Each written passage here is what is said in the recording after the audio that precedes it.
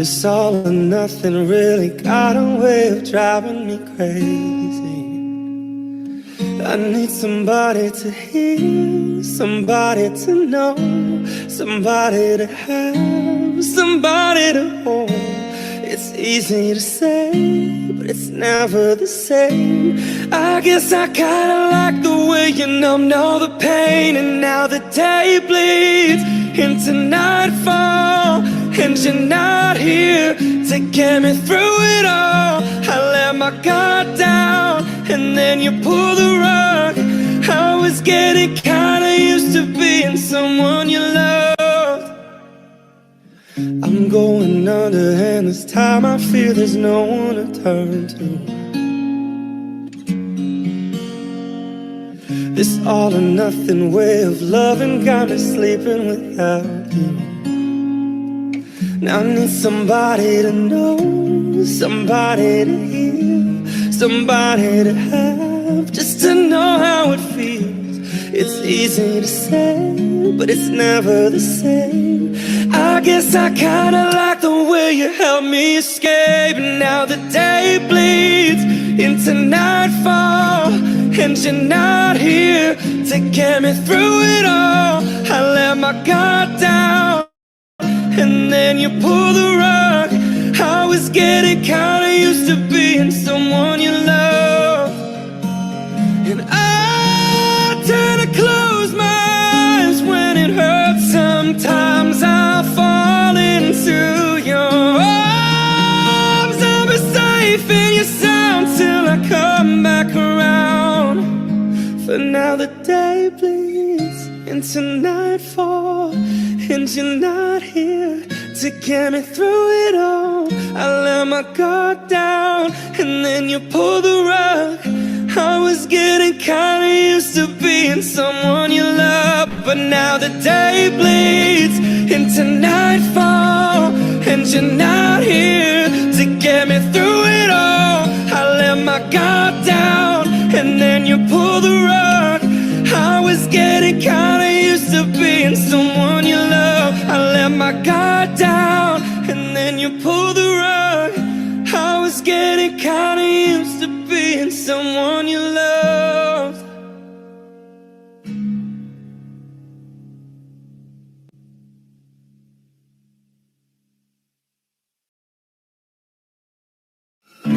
You must think that I'm stupid. You must think that I'm a fool. You must think that I'm new to this, but I've seen this all before. I'm never gonna let you close to me, even though you mean the most to me. 'Cause every time I open up it hurts. So I'm never gonna get too close to you, even when I mean the most to you, in case you go and leave me in the dirt. But every time you hurt me, the less that I cry. And every time you leave me, the quicker these tears dry. And every time you walk out, the less I love you. Baby, we don't stand a chance. It's sad, but it's true. I'm way too good at goodbyes. I'm way too good at goodbyes. I know you're thinking I'm heartless. I know you're thinking I'm cold, but I'm just protecting my innocence. I'm just protecting my soul. I'm never gonna let you close to me, even though you mean the most to me. 'Cause every time I open up it hurts. So I'm never gonna get too close to you, even when I mean the most to you, in case you go and leave me in the dirt. But every time you hurt me, the less that I cry. And every time you leave me, the quicker these tears dry. And every time you walk out, the less I love you. Baby, we don't stand a chance. It's sad, but true. I'm way too good at goodbyes. I'm way too good at goodbyes. No way that you'll see me cry. I'm way too good at goodbyes. No, no, no, no, no, no, no, no, no, no, no, no, no, no. No way that you'll see me cry. I'm way too good at goodbyes. 'Cause every time you hurt me, the less that I cry. And every time you leave me, the quicker these tears dry. And every time you walk out, the less I love you. Baby, we don't stand a chance. It's sad, but it's true. I'm way too good at goodbyes.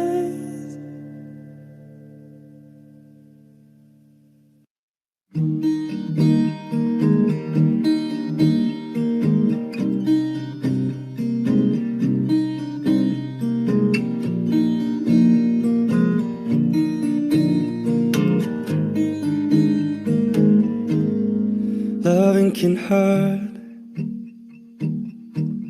Loving can hurt sometimes, but it's the only thing that I know. But when it gets hard, you know it can get hard sometimes. It is the only thing that makes us feel alive. We keep this love in a photograph. We made these memories for ourselves, where our eyes are never closing, hearts are never broken, time's forever frozen still. So you can keep me inside the pocket of your ripped jeans, holding me closer till our eyes meet. You won't ever be alone. Wait for me to come home. Loving can heal. Yeah, loving can mend your soul. And it's the only thing that I know. I swear it will get easier. Remember that with every piece of you. And it's the only thing we take with us when we die. We keep this love in this photograph.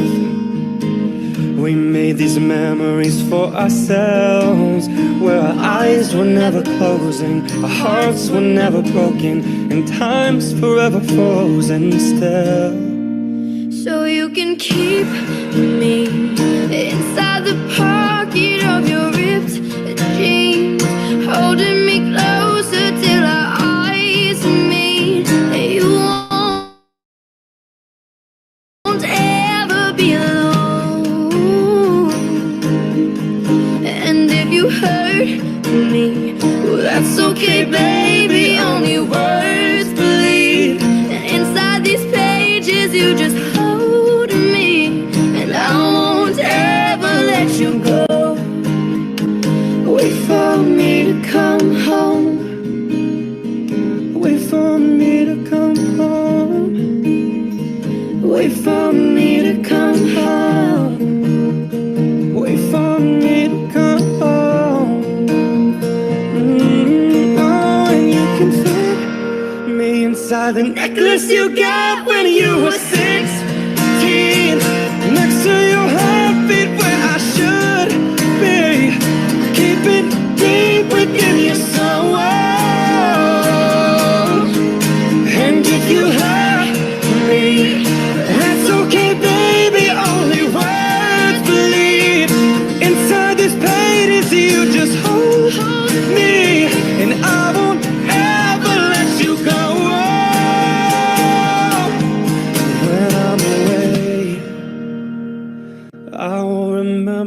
how you kissed me under the lamppost back on 6th Street, hearing you whisper through the phone, wait for me to come home.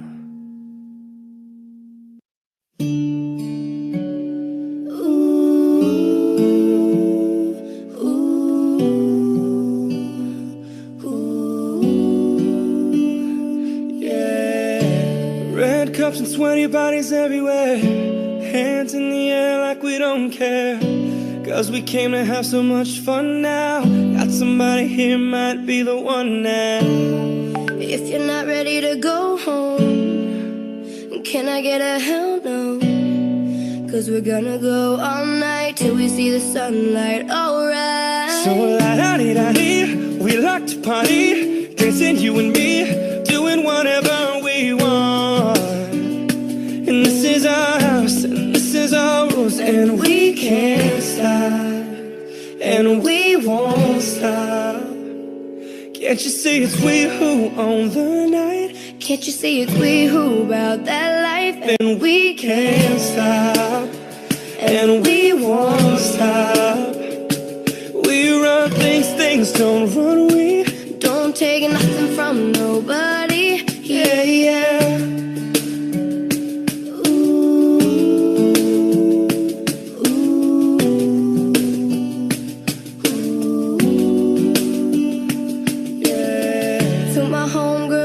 Tryna live it up, shaking it like they can't get enough. Remember, only God can judge us. Forget the haters, 'cause somebody loves you. Memories made till the night's through, surrounded by the ones who love you. We all so turned up here, getting turned up, yeah.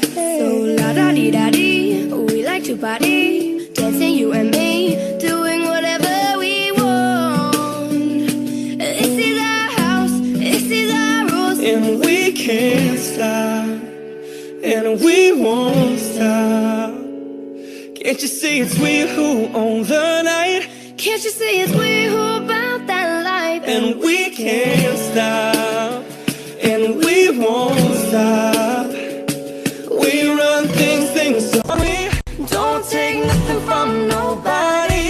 Yeah, yeah. It's our party, we can do what we want to. It's our house, we can love who we want to. It's our song, we can sing if we want to. It's my mouth, I can say what I want to.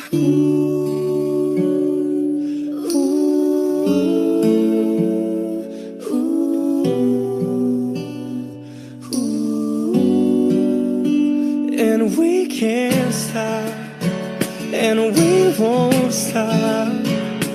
Can't you see it's we who own the night?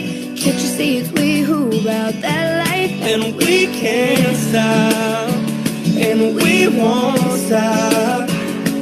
We run things, things don't run we. Don't take nothing from nobody. Yeah, yeah. It's our party, we can do what we want to.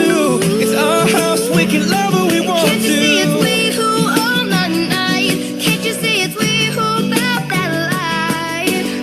It's our song, we can sing if we want to. It's my mouth, I can say what I want we to. Run things, things don't run we. 'Cause we can't stop.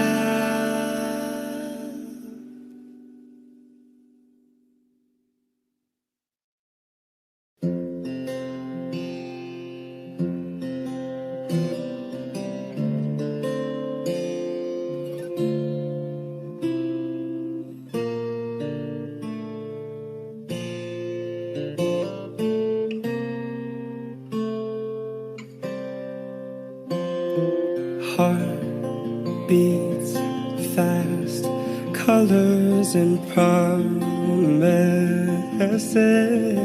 How to be brave, how can I love when I'm afraid to fall? But watching you stand alone, all of my doubt suddenly goes away.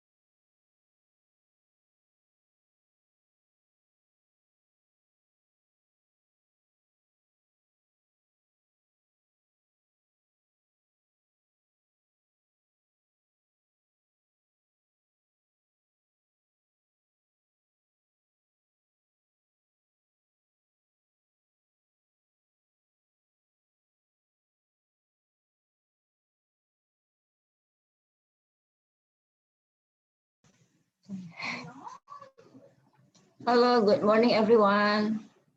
Yeah.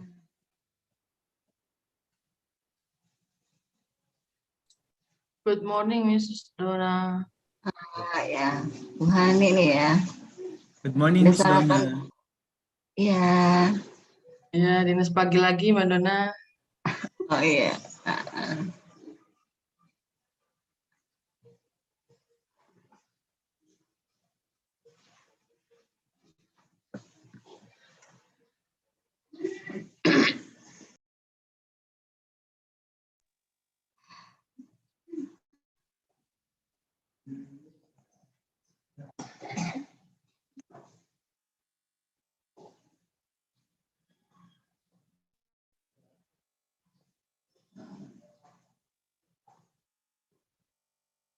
Selamat pagi, Pak Fari.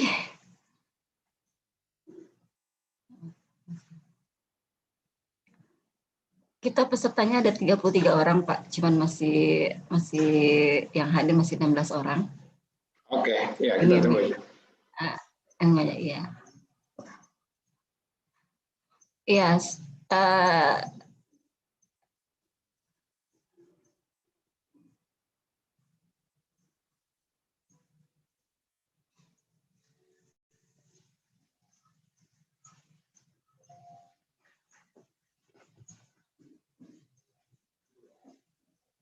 Because just only 18 participants have joined in this training, so maybe we have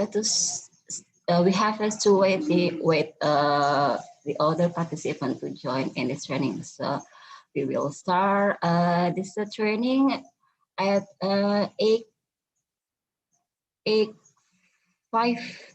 I think. Is it possible, Pak Fari? We will start 8:05. You mean in 1 more minute? Yeah, yeah. Maybe, yeah. Okay, Maybe okay. do you have the suggestion? Now it's 5 minutes past 8. Maybe we can start at 10 minutes past 8. So we will wait for another 5 minutes for participants. Okay. Thank you.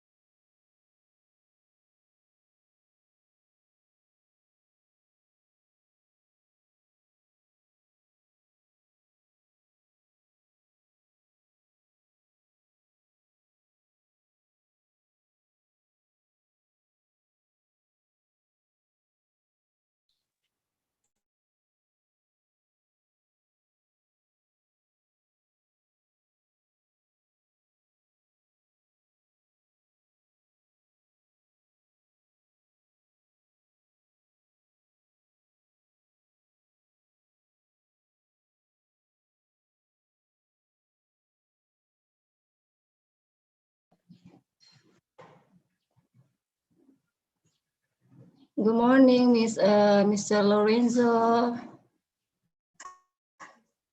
How are you today? Selamat pagi. Oh, selamat pagi. Sudah bisa bahasa Indonesia. Selamat pagi. You can speak Indonesia now. No, only Korean. Oh, Korean. Ya, good morning. Apa lagi ya? Pak Chandra. Good morning, Riza. Good morning, Pak Bambang. Good morning, Simao Teles.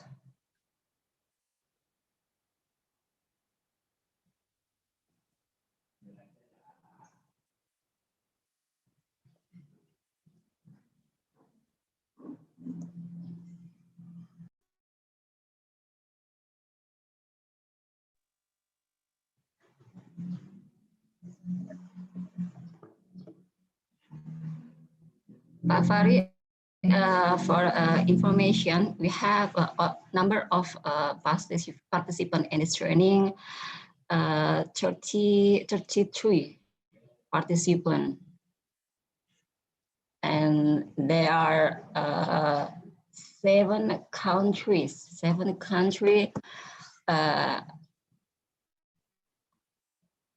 join in this training from Thailand, Filipina, Malaysia, Cambodia, Myanmar, Indonesia, and Malaysia. Okay, I think we can start. Okay.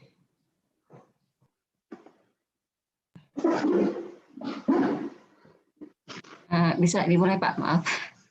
Ya, silakan. Oke. Ya, assalamualaikum warahmatullahi wabarakatuh. Good morning and best wishes to us all. The Honorable Director of the Center for Public Weather Service, Bapak Dr. Ahmad Fahri Rajab. First of all, let us say thanks to Allah Subhanahu wa Ta'ala who has been giving us mercy, guidance, happiness, and healthy so we can attend and participate in this event.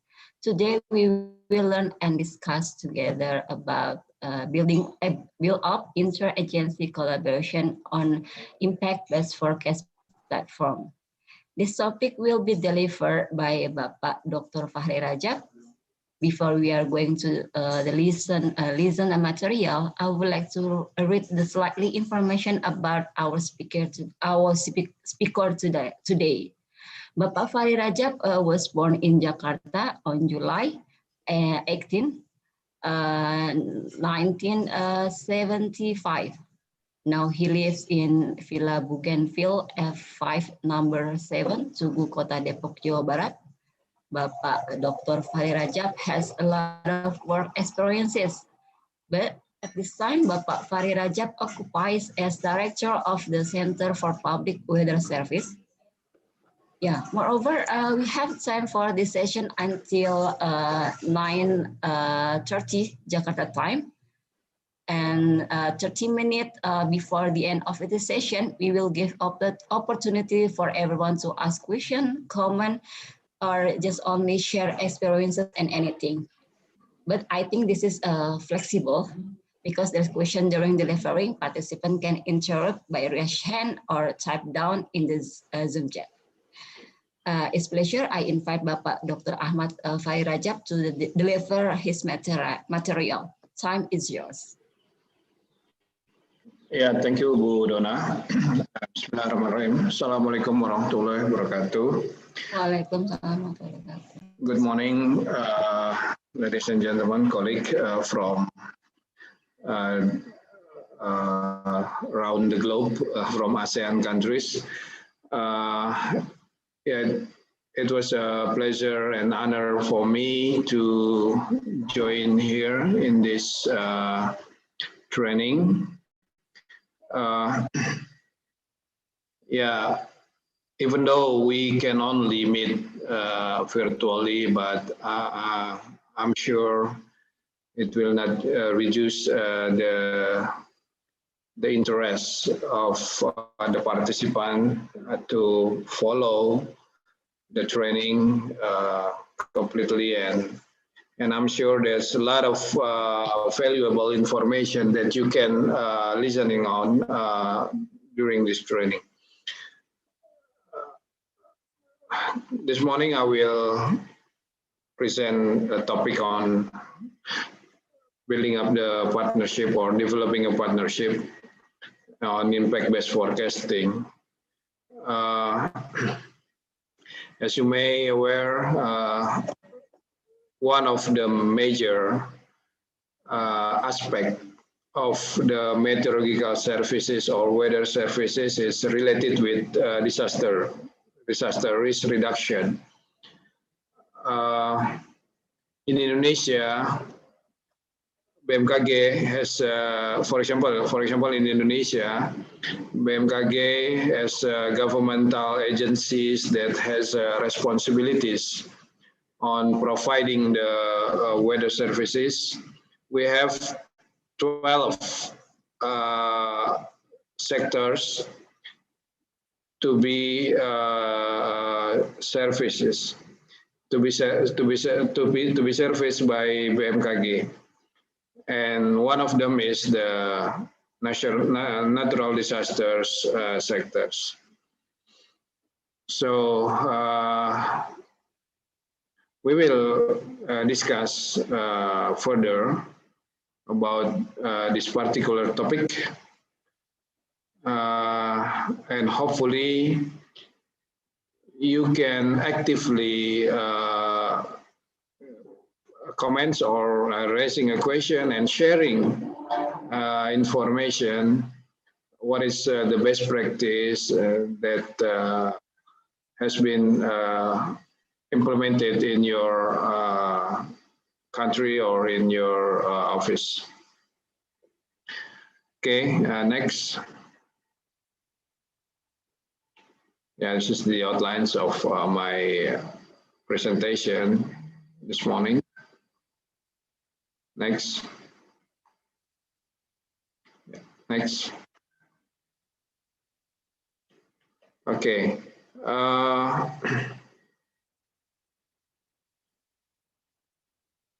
This is a report from World Economic Forum in 2021.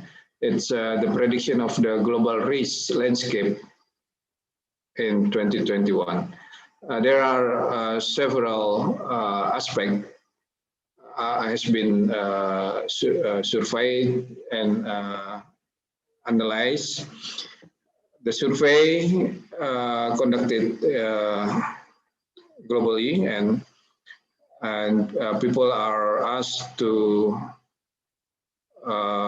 assess the likelihood of the global risk. Yeah. From 10 or more aspect, we can see that next, please. Yeah, next. Yeah, we can see here that balik. Okay, we can see here that the extreme weather and climate action failure has a high position on the top risk. At the list on the right, we can see that extreme weather is #1 risk by the likelihood. And then #2 is the climate action failure. And then by the impact, #1 is the infectious disease. Now we are in the situation of the pandemic. Then #2 is the climate action failure, and extreme weather has a position on #8 if we consider the impact. So we can consider that extreme weather is one of the most risk aspect globally. So that's why we have to carefully provide services to reduce the impact and reduce the risk of the extreme weather. That's why WMO has introduced the impact-based forecasting concept. And today we will discuss furthermore about this particular subject. Next. Okay. Yeah, this is background that the natural disaster are in the number of natural disaster is increasing. Yeah. I think you have to be careful to read the live transcript. Yeah. Sometimes it's not. Okay, we can see here that the trend of natural disaster is consistently increasing from early 90s up to the 21st century. It's increasing. And also in Indonesia, in the left graphic, you may see that from 1980 to 2014, the hydrological, hydrometeorological disaster take a position in the top position. Yeah. Okay, next. Okay, based on that situation,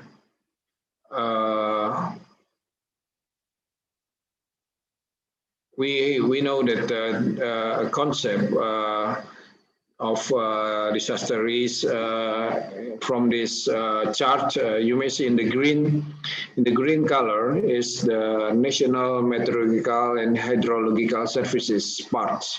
This is our parts in the green box that we have to provide the early warning. Yeah, early warning as the preparation. Yeah, and then on the orange is all about the exposure and vulnerability.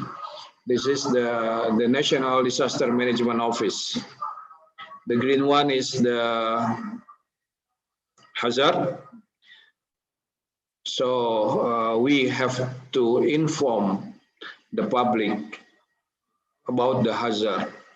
And then the National Disaster Management Office in the orange box has to provide the information about the exposure and vulnerability and also the impact. And then based on those two information, the hazard, exposure and vulnerability, so we can provide information to reduce the impact. So reducing the risk of the disaster is a collaborative work. NMHS, the National Meteorological and Hydrological Services cannot work alone. So we have to collaborate with NDMO, National Disaster Management Office.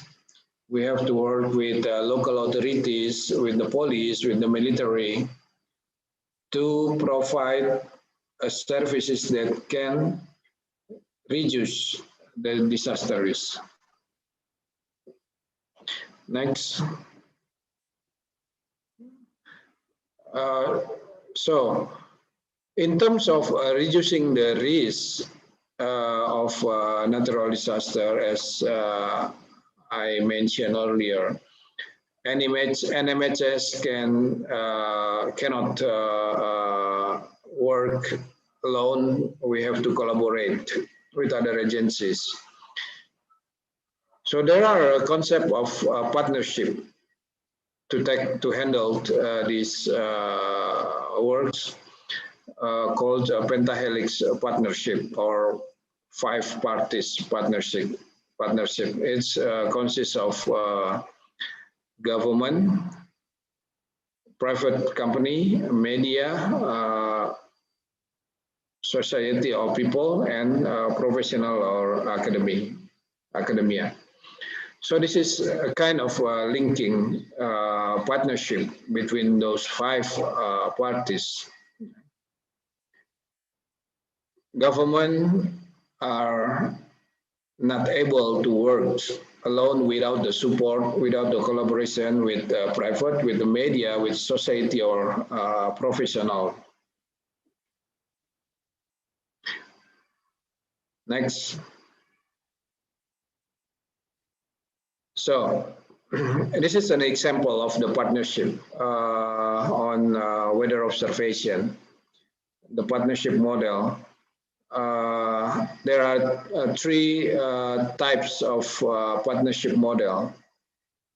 The joint operation partnership, joint investment partnership, and crowdsourcing partnership. Joint operation is NMHS as a government agencies collaborate with other parties to operate the weather observation sites. And then the joint investment is one parties invest their resources to build or to develop the weather observation networks. And then the crowdsourcing is a kind of a public collaborative concept or public partnership concept that everyone can join. It's free and it's voluntary based. So, for example, in USA, the collaboration or the partnership between the NMHS with the public, you can see in the first column is the public. The partnership model that has been conducted between the NMHS in USA, the government of the USA with public is the joint operation and joint investment. Public means this is the another government agencies, right? So this is the collaboration between the government agencies. And then in the second column is the private. In USA, there are a practice of joint operation and joint investment. Private is mean pure private company, yeah, or state-owned company. And then in the third column is partnership between the NMHS with the people or general public. So in USA, they already implementing the crowdsourcing partnership. This is also occur in England with the public. They have a joint operation, and private they have a joint operation, and then the crowdsourcing with the public or people. And then another practice in Hong Kong. Partnership between the public institution, they have a joint operation and joint investment, and then with the private, same. And then with the public, they have joint operation, joint investment, and crowdsourcing. Next. Ya, oh tunggu dulu, ya. Next, satu lagi. Next. Oh, yeah. Okay. This is the pyramid or the triangle of the partnership on weather observation based on the parties. We have three parties of partnership here. Public means the government institution, and then people means the general public, and then the private. Private is private company or state-owned company. Next. Yeah. First is the the partnership between public with people or public with general society. The partnership called empowering partnership, because in this partnership the government is giving power or empowering the people to collaborate, to take parts on the weather observation. And then the second partnership is between people with private company. You may see in the bottom line, it calls participatory partnership. In this partnership, the private company collaborate with the general public or people to provide the weather observation. Next. Yeah, and then the third partnership is the partnership model between government institution with the public. It calls a joint investment partnership. And then as a result of these three partnership, there are another one partnership model called data services partnership. This is the progress thanks to the development of the IT works, the high technology, that currently any agencies or any parties can produce the data that can be shared, that can be utilized by other parties. So we call it data services partnership. Later on, you will discuss about the CAP, the Common Alert Protocol. This is one example of the data services concept or the data services partnership. For example, the CAP data of BMKG is free. It's already ingested in WMO platform. So you can utilize or you can download the CAP data of BMKG. So this is the example of the partnership model. There are 4 partnership models. First is empowering partnership model. It is between the public and people. And then secondly is the participatory partnership. This is partnership between the people and private. And then the third one is joint investment partnership. It's a partnership between private and public. And then the fourth one is the partnership between those 3 parties. Collaboration between people, public, and private, called data services partnership. Next. Yeah, for example, in Indonesia, now we have several partnership model from joint investment, joint operation, joint research, educational cooperation, data exchange, and land use. The most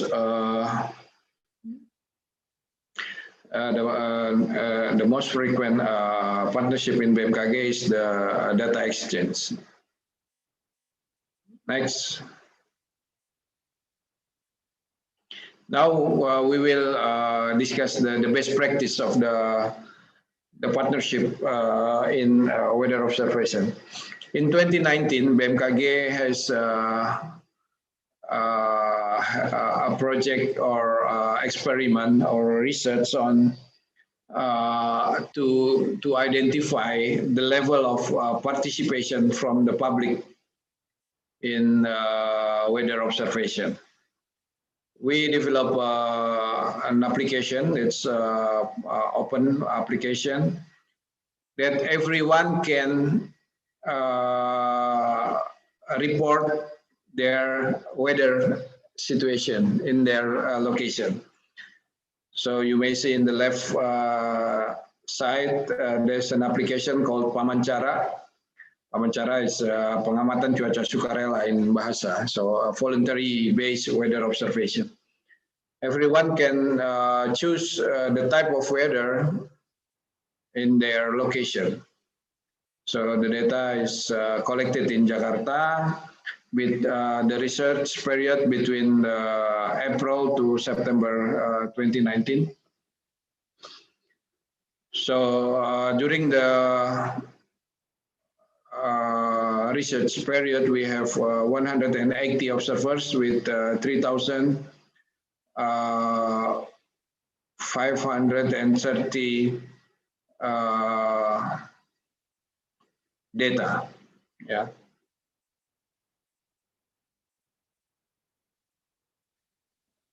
So this is showing us that the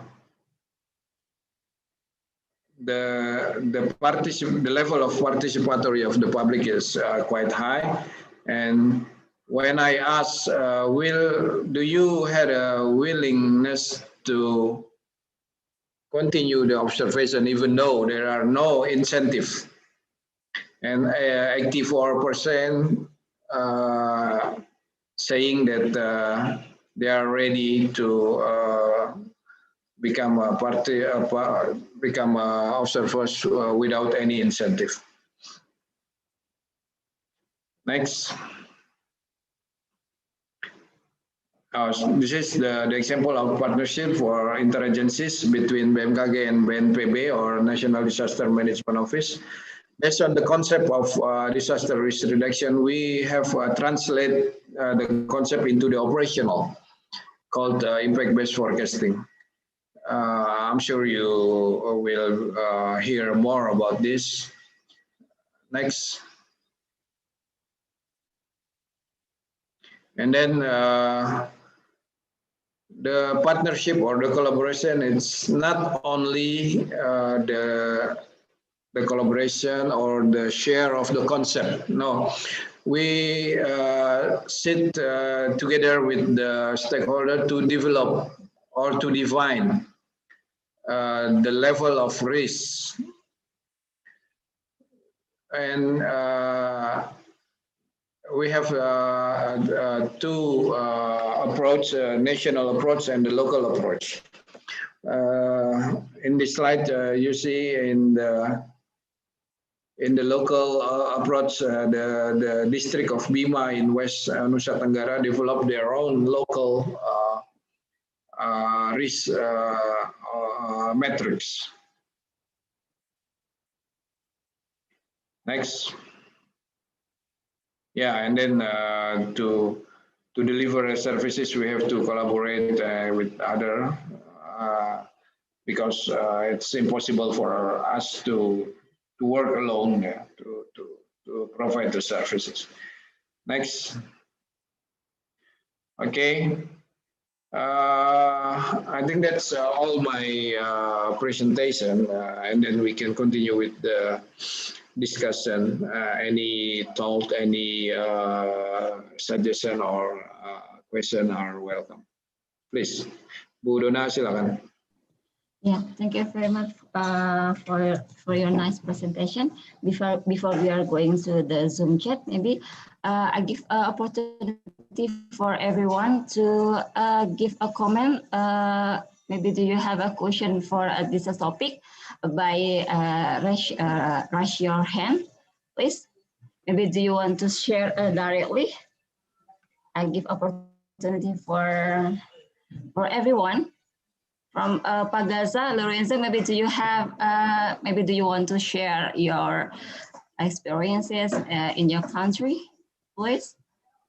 Mr. Lorenzo from Pagaza or Clarino. Hi, Donna. I think there are some. Oh yeah, please. There are some questions in the chat box. Maybe we can entertain first the questions in the chat box. Thank you. Okay. Yeah, welcome. Yeah, I will read a question from a chat box. This is this question from Lavia from Station Meteorologi Bima. Good morning, sir.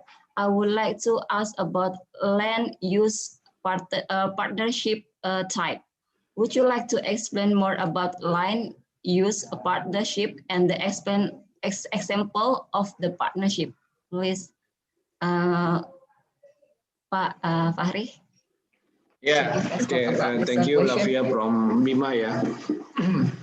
The land use partnership in bahasa we call it pemanfaatan lahan ya. BMKG has equipment or observation tools, and then we collaborate with the local government to use their land to install our equipment. Yeah, so most of the practice is based on the MOU, the Memorandum of Understanding or collaboration that the local government provide land to be used by BMKG. It can be used to install the equipment or even to develop a building of the office. So it's mainly about the share of location or land. Ya, mungkin itu Dona. Yeah. Miss Lavia, as you have satisfied. Yeah, I think I am satisfied with the answer because I understand what the example of the partnership, land use partnership, because yeah I think it's already clear for me. Thank you so much, sir. Ya, sama-sama, terima kasih. Yeah, maybe any question from the other participant? Good morning, Mr. Donna. Morning. Yeah. Sorry. Before you state your question, maybe you state your name and your affiliation. My Sazali from Malaysia. Please.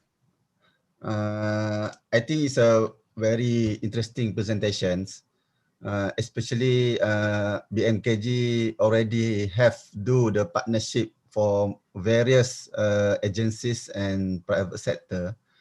I just want to have more clarification how you do the joint investment partnership. Especially, I think this one you do with the private sector. Maybe you can explain further how the method you do that. Thank you. Yeah, thank you, Sazali, for your question.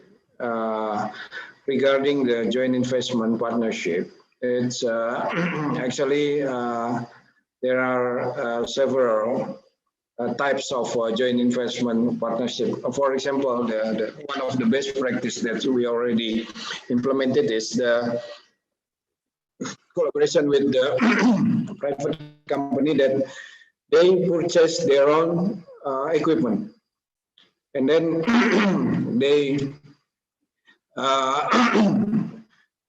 ask BMKG to install and to calibrate and then to maintain the equipment.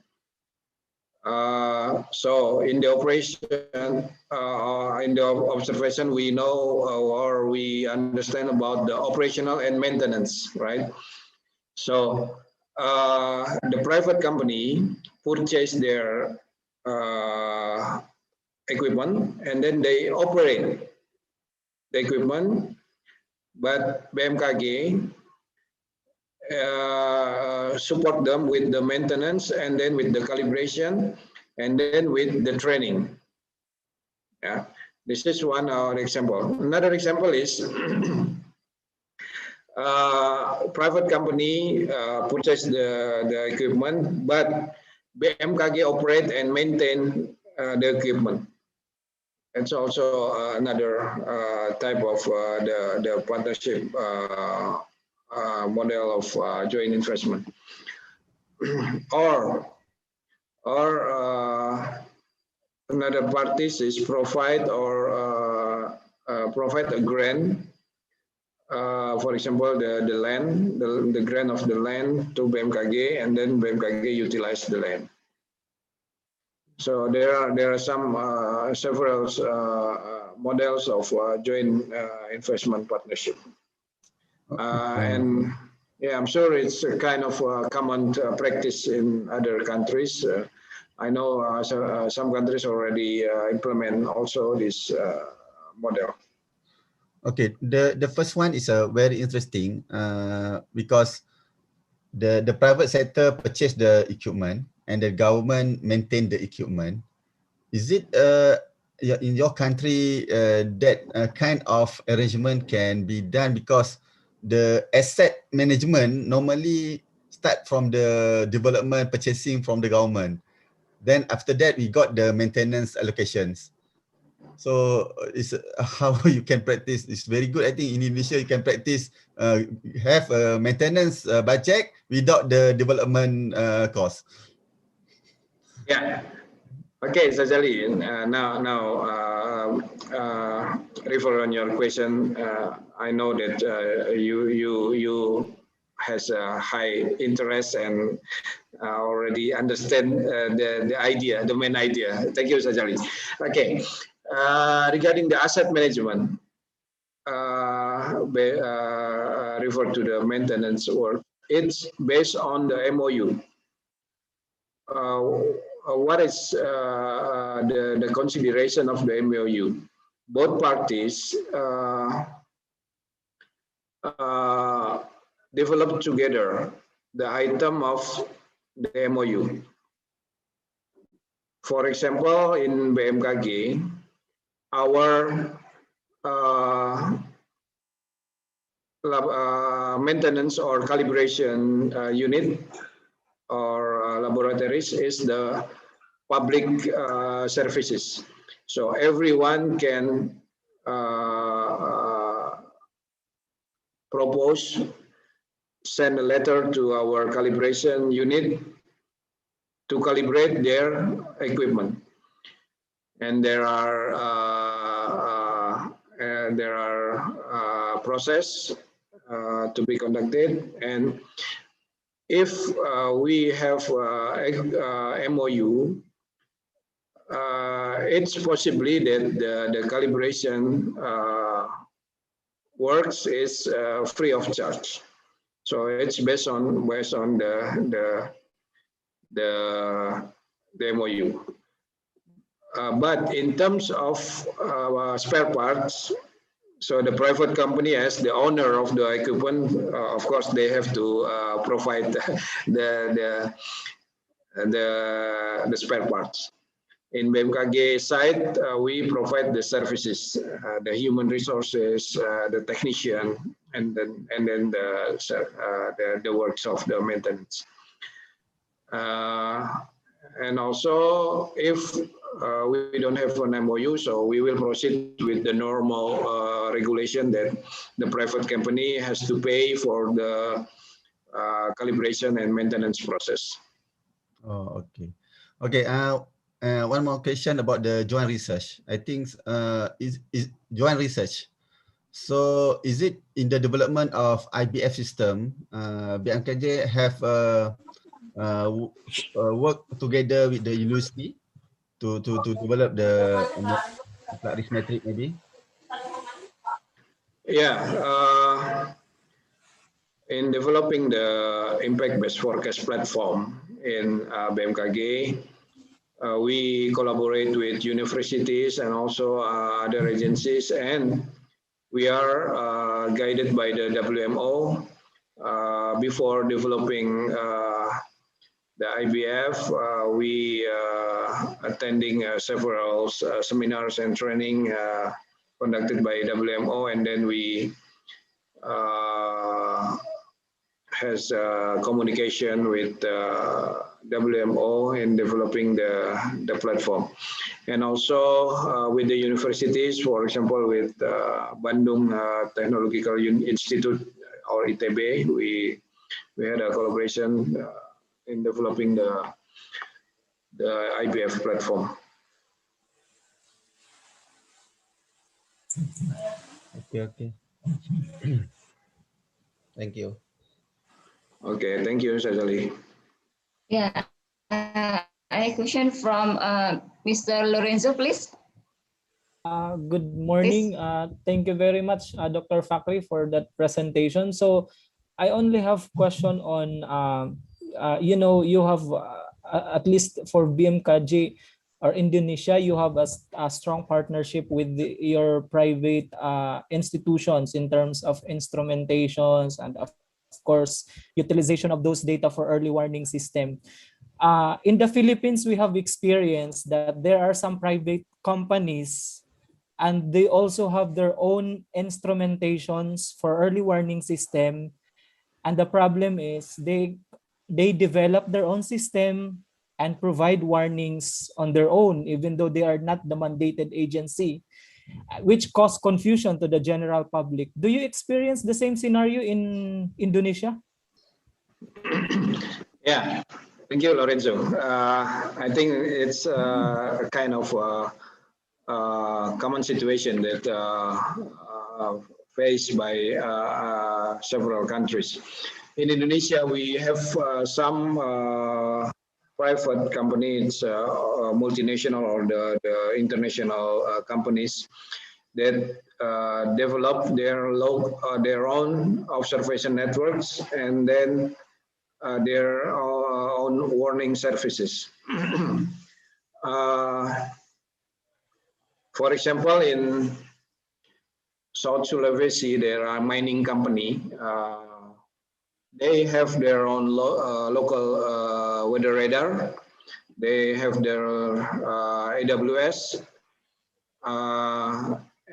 But in terms of early warning, they use the information from BMKG.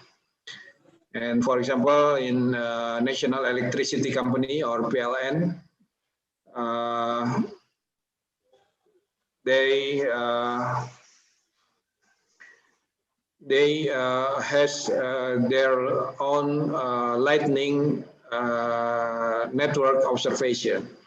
But in terms of the management of the networks and the analysis of the data, they use the BMKG guidance.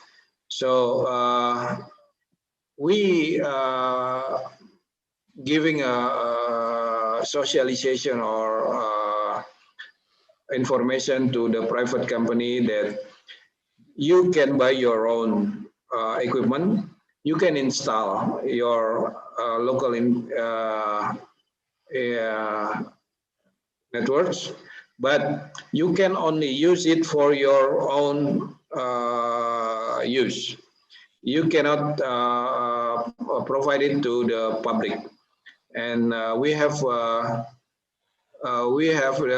government, the national decree, the national regulation that regulate this mechanism.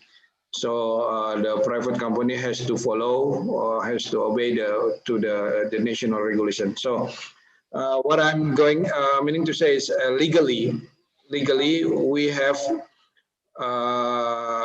national regulation that become the legal standing of the services. And then practically we have an authorities to guide or to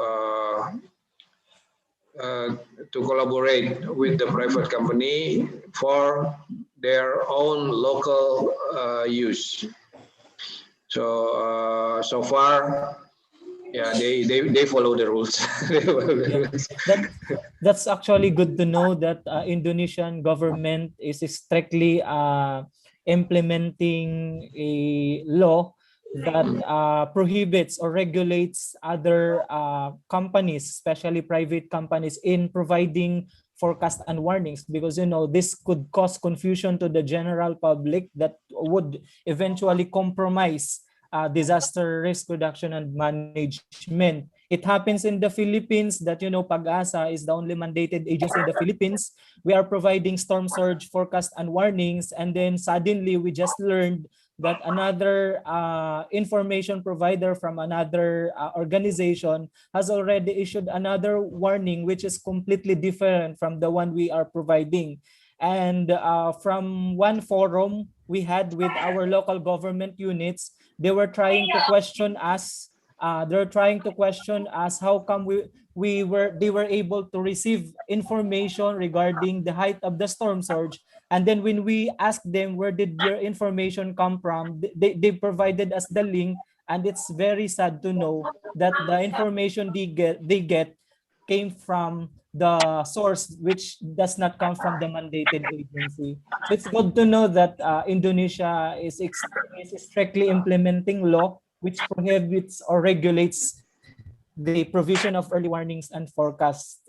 And my second question is that in terms of impact-based forecasting, IBF should be implemented in strong partnership and collaboration with, you said, academe and other stakeholders. This is also another problem in the Philippines because although we are still on the development mode, while we are doing some pilot testing, case studies, we realize that we only have limited number of stakeholders who actively participates during our pilot testing, which results to poor outcome. So apart from the MOU that you said, I think in the previous discussions that we have in the last sessions, that BMKG has established memorandum of understanding with other stakeholders. Did you pass a law that will really sustain the partnership commitment of stakeholders in terms of impact-based forecasting so that they will be forced to participate in IBF? This is a new system, a new product. This is already a paradigm shift from the conventional forecasting and impact-based forecasting, and this will only be realized with the strong support of stakeholders. So apart from the MOU, do you have other legal instrument, legal framework that you have established with your stakeholders? Yeah, thank you, Lorenzo. Before I answer your question, the first topic about the question from Lorenzo is very interesting. That another agencies also provide services. In Indonesia, as I mentioned earlier, we have legal standing, a law for BMKG to provide services. But this is also a good point raised by Lorenzo.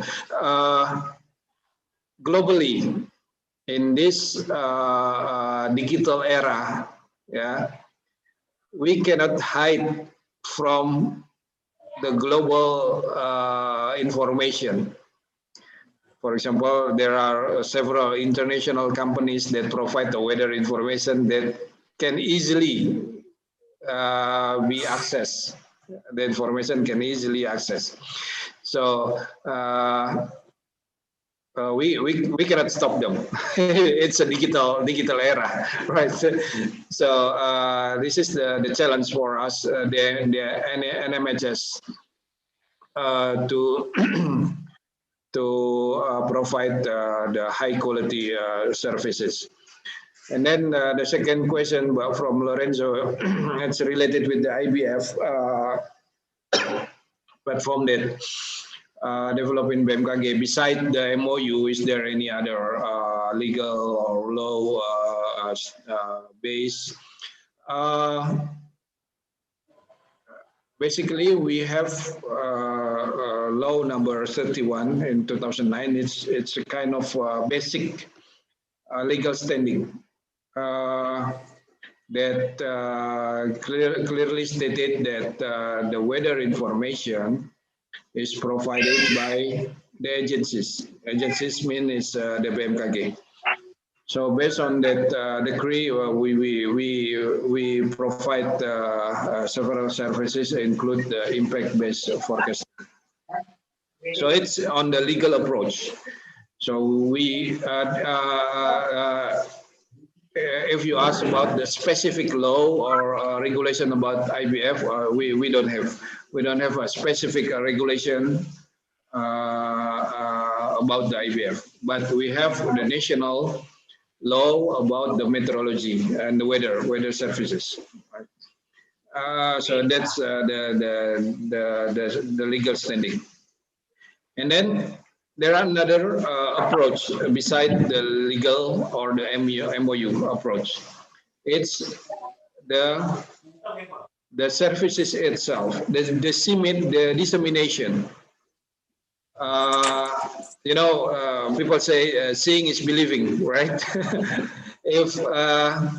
If we only provide the information, the warning, the map, without any proof, without any occurrence or the impact or the benefit, people don't interesting. Yeah. So in some case, our IVF is provenly provide accurate warning. So thanks to the massive dissemination of the information, people of Indonesia now become aware about the impact-based forecasting. And then, for example, in the Ministry of Public Works, they provide a specific service for the dam, the reservoir, and then for the river stream, because they had a mandatory or they have works to maintain or to monitor the stream and the river. So they translate our IVF into their local specific information. For example, they provide a scenario when to open the water gate and when to close it, and how to circulate the water in the stream. And then another aspect is the contribution or the participation of local offices or province office of BMKG. We have 34 office in the 34 province and around 180 offices in nationwide throughout the country. And all the station, all the offices now become actively disseminate the impact-based forecasting.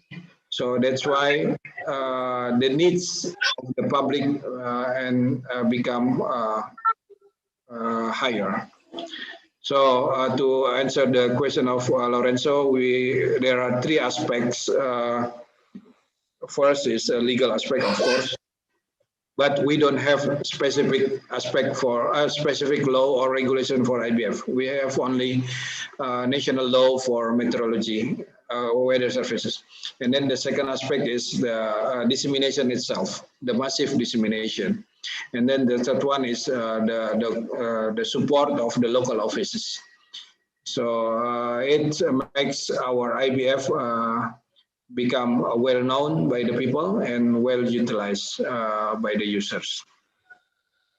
Okay, Lorenzo, is it answering your question? Yeah, thank you very much, Dr. Fakhri, for that very comprehensive explanation. Thank you. Okay. Yeah, I also already hear about the topic that you raised when I met Mr. Malano a few years back. Dr. Fakhri? Yeah. Just simple question. When you start develop the IVF for Indonesia? Okay. Actually, in 2012, we have the first modernization project of BMKG.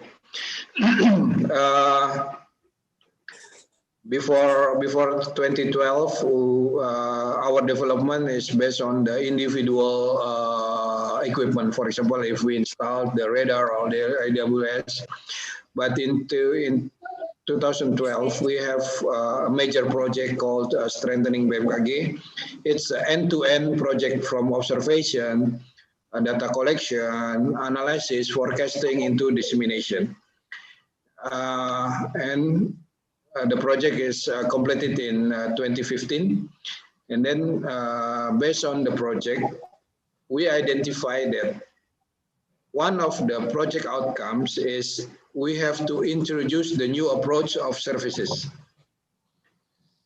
because the infrastructure is there. The infrastructure is already developed. So we have to switch the paradigm into the new concept of services. And then WMO also introduced the impact-based forecast.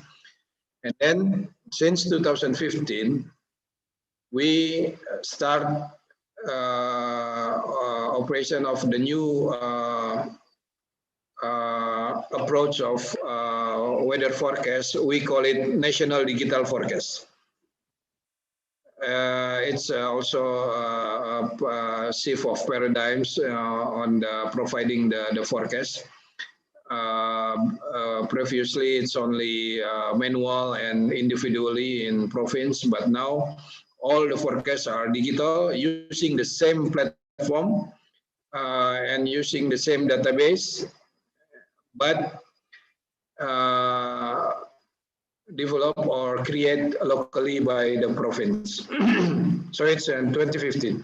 And then after we are successfully implement the NDF or National Digital Forecast, and then also in the same year, in 2015, we start to develop the impact-based forecast platform. And then I think it's operationally in 2016, something like that, or 7, yeah. So the trigger is the modernization project of BMKG. So both of the new approaches consist of 3 words: NDF and IBF. So it started with the National Digital Forecast, and then we developed into the impact-based forecast. Until now, both concept is still operation and become our national approach of operational. I think it's very good, very fast. You start from 2015 and 2017, you are already use the impact-based forecast. I mean, is it true? Yeah. But the infrastructure is started in 2012, yeah. Oh, okay. All right. I just want to back the one slide I see before about the concept on disaster risk reductions. I think they have 2 color, green color and orange color. That green color show the BMKG and orange color is BNPB. Is it just these 2 source of information we can produce disaster risk reduction? How about the other information, as you mentioned, from the other agencies? It's not inside this disaster risk reduction map? Yeah, of course, it's not only BMKG and BNPB. There are other agencies, but in the slide it's just I only mentioned that 2, but it doesn't mean that they're only the 2 agencies. No, there are a lot of agencies involved, such as police, military, local government. But the coordinators is in Indonesia is BNPB and our National Disaster Management Office. Oh, okay. Thank you. Yeah, I think we have 2 questions in the Zoom chat. The first question from Ben Arthur Mole from Stamet Manado. Yeah, I will read the question. Morning, sir. Morning, sir. Sure. Partnership in the management of automatic weather observation network is still limited to the type of land use partnership. what about the type of a joint operation partnership or a joint investment in Indonesia? Thank you. Please, Bapak Fahri Rajab. Yeah, okay. Thank you, Ben, for the question. About the joint investment partnership. Yeah, practically speaking, in Indonesia, is the number of the joint investment partnership is still low. There's only several numbers, but now we start to increase the number by providing an understanding to the private that they will gain the benefit if they develop their own local equipment. Based on the World Bank,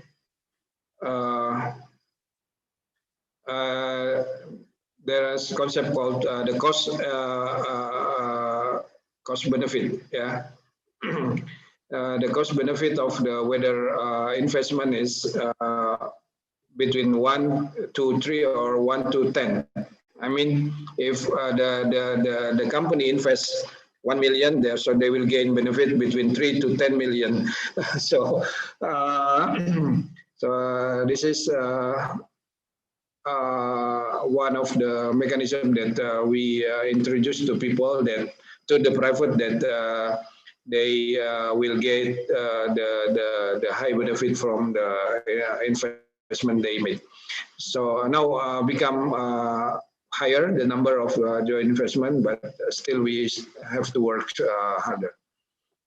Thank you, Ben. Thank you, sir. I think the next question from Chandra from Slamet Santani.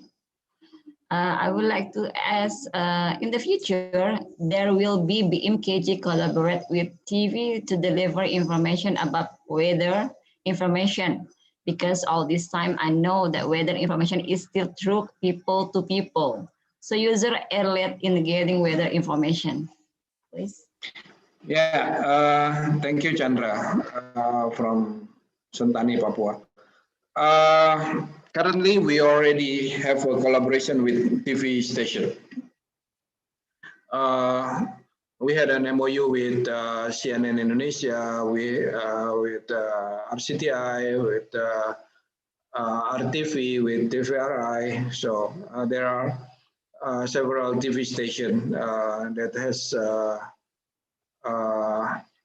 collaborate with BMKG. But if your question is relating with the daily broadcast of the weather information, it's depend on the situation. For example, in the rainy season, mostly every day, all the station broadcast weather forecast. But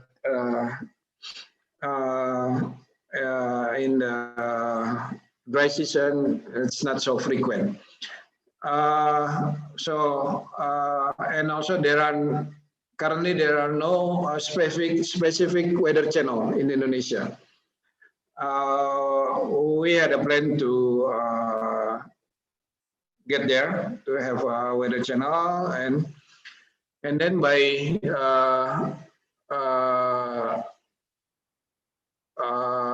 developing a way to have a weather channel, now we also utilize the social media channel.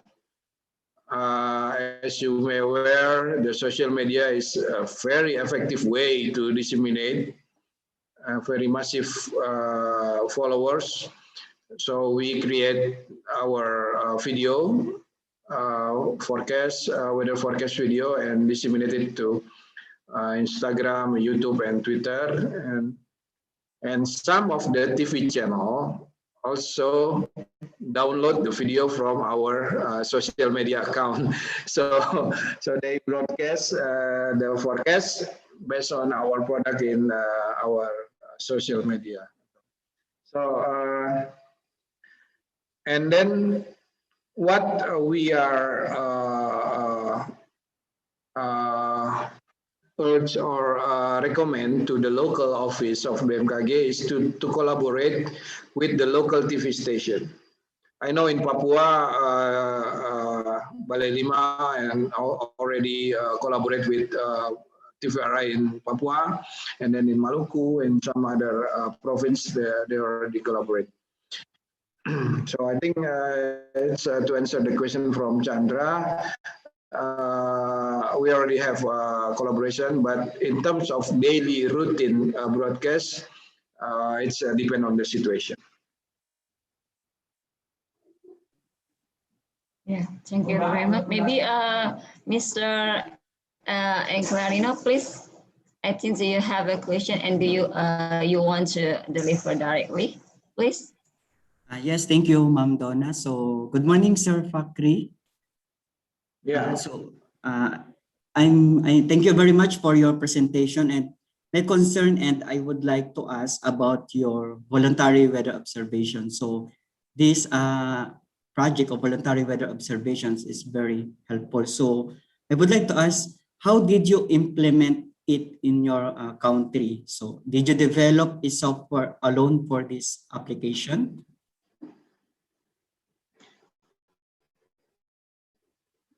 Yeah, okay. Thank you, Clarino. In terms of voluntary weather observation, we develop our own application. We call it Pamancar, pengamatan cuaca sukarela, or voluntary weather observation. And the test period in the pilot period is already implemented in 2019. Now we are preparing to make it operational. So hopefully in the near future, we already launch it as operational. Based on the test period for around 5 months from April to September. Hello, sir. My follow-up question. Sir, this software is linked in the BMKG website where the general public could react? No, it's not yet. It's still on pilot test. Yeah. We launched the test in April 2019, and then we completed the test on September 2019 with some feedback from users, and then hopefully soon we will launch the operational phase. So, sir, it's not yet operational. It's still on test. Yes, sir. In this testing period, there is a collaboration between the communication company and the Met agency. Pardon? If I'm correct, there's a collaboration with. No, we develop our. Yeah. How did the user? Developing the. Yes, sir. How did the user download? Can you? Okay. Yeah. It's an open application. We only provide a link. Yeah. So public only need to follow the link. It's a web-based application, so they can log into the link, register, and then they can report their local weather. Yes, sir. I get, sir. Thank you very much, sir. Because this plan or project is very helpful, especially when the public react what the weather in their area. So far in our country, sir, we rely on the feedbacks of the Facebook and Messenger. So we don't have this yet voluntary weather observation. Thank you very much, Dr. Fakri. You're welcome. So we have 13 minutes for discussion. Maybe any question from a participant in here? From Thailand? I can hear you. Maybe do you want to give? Maybe do you want to share your experiences in your country, and maybe do you want to anything from Thailand, Mr.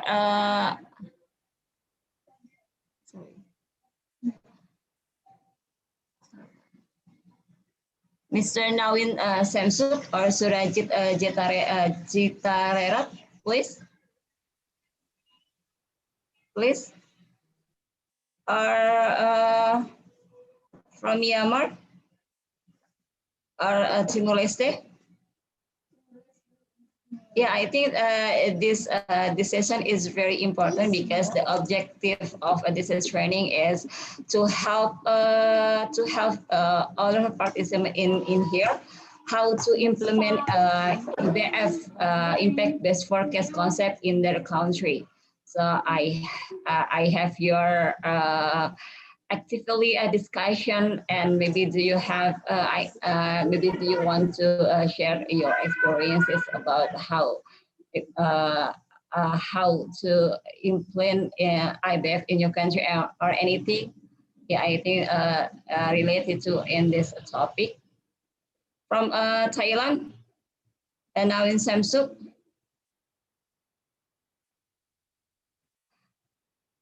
Okay. Pak Fari, before we close this meeting, maybe do you have might you give us, especially for the participant, to give advice or motivation, especially for participant, maybe might you give us advice or motivation for participant? Thank you. Yeah. Okay. Thank you, Donna. First of all, this is honor for me to be with you this morning. Regarding the implementation of the impact-based forecast, one of the key points that need to be considered is identify the hazard. And then the second point is collaboration with the NDMO and other agencies to develop the risk matrix. So because NMHS cannot work alone to develop the risk matrix, we have to collaborate. And then regarding the partnership, we based on our experience, we cannot directly propose a partnership, but first we have to prove our services. Our information is needed. Our information is benefit, giving a benefit to the users, and then after users can see or realize the benefit of the services, then we can get into the proposal of the partnership. And then another important thing is to maintain the partnership itself. Signing an MOU is another story, but maintaining the partnership is another story. So WMO has issued the guidance to regarding the public weather services, and then one of the important point is to make a routine communication with the users, identify their need, yeah, and then based on their need, we can provide the specific services. So I think that's all what I can share to all of you. Hopefully this topic is useful and can be understood and implemented hopefully. So thank you. My apologies if there's any mistaken by me. Silakan Bu Donna. Thank you very much, Mr. Fari, that point of view. I think this implementation IBF concept is one of the best strategy to give the best services for public, I think. I give maybe the one opportunity for everyone. If you have a question, is enough. I think it's is Pak Fahri, is it possible to accept another question? Ya, silakan. Yeah, please. One. Miss, Maisara. yeah, Maisara, Miss Sarah. Donna. Okay. Yeah, please. Thank you, Miss Donna. Dr. Fahri, I have a question. This is regarding the voluntary weather observation. May I know how do you use the data that you get from this voluntary weather observation? As we know that the voluntary weather observation is one of the crowdsourcing method where you get data from the people. Okay, that's all. Thank you. Yeah, thank you, Maisara. Regarding the voluntary weather observation, as the data is qualitative data, we use it mostly for the verification of the rainfall, of the forecast, verification of forecast, right? Hopefully, we can develop the platform in quantitative approach, so we can use it as input for the further process. But of course, the data quality management is implemented in this platform.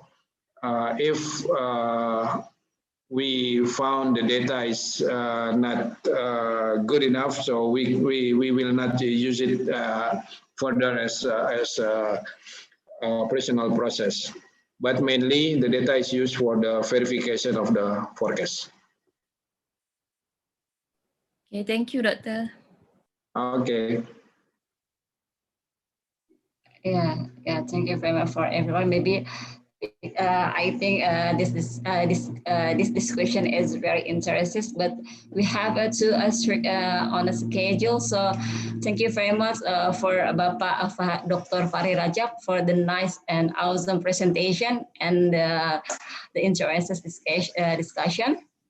And I'm apologize if I have a mistake from my behavior or my conversation. And thank you very much for everyone to interesting discussion. Thank you very much for about that. And see you next.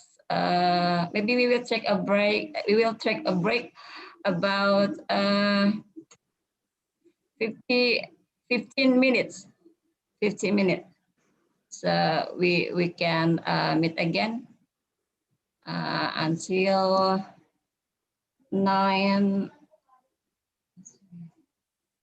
40 minutes. 9 past 40 minutes. Yeah. Terima kasih banyak Pak Fahri. Okay, thank you Donna. Thank you all the participants. Have nice and fruitful training. Thank you. Ya, terima kasih Pak.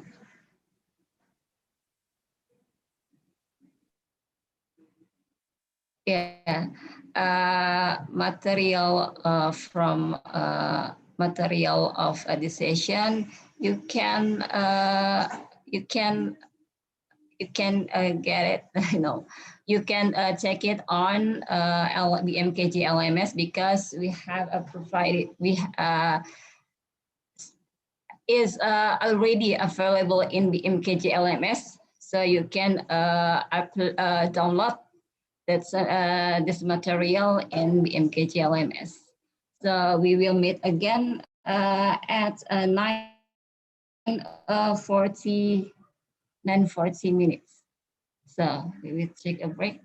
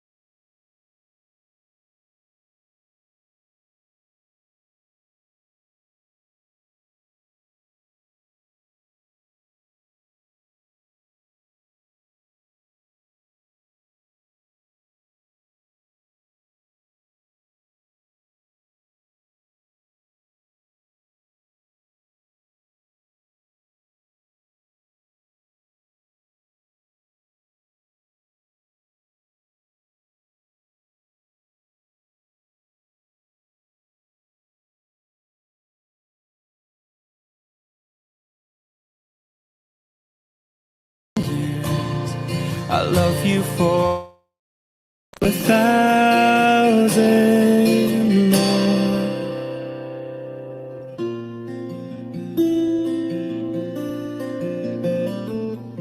Time stands still, beauty in all she is.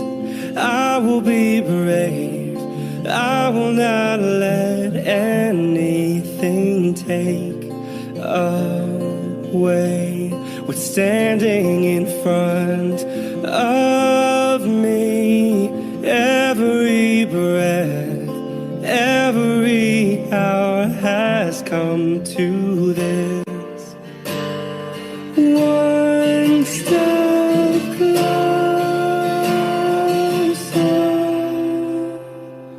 I have died every day waiting for you. Darling, don't be afraid. I have loved you for 1,000 years. I'll love you for 1,000 more. And all along I believed I would find you. Time has brought your heart to me. I've loved you for 1,000 years. I'll love you for 1,000 more. One step closer.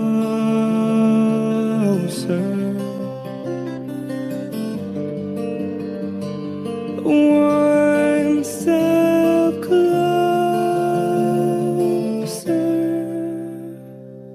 I have died every day waiting for you. Darling, don't be afraid. I have loved you for 1,000 years. I'll love you for 1,000 more. And all along I believed I'll find you. And time has brought your heart to me. I've loved you for 1,000 years. I'll love you for 1,000 more. One step closer.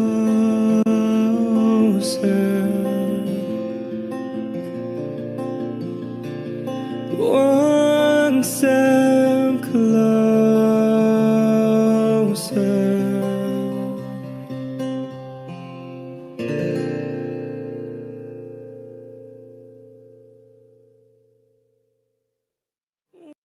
I found a love for me, and darling, just dive right in and follow my lead. Well, I found a girl, beautiful and sweet. Oh, I never knew you were that someone waiting for me. 'Cause we were just kids when we fell in love. Now knowing what it was, how will I give you up this time? Darling, just kiss me slow. Your heart is all I own, and in your eyes you're holding mine. And baby, I'm dancing in the dark with you between my arms, barefoot on the grass, listening to our favorite song.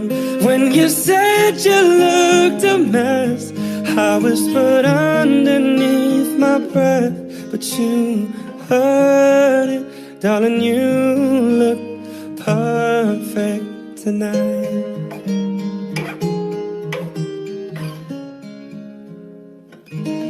Well, I found a woman stronger than anyone I know.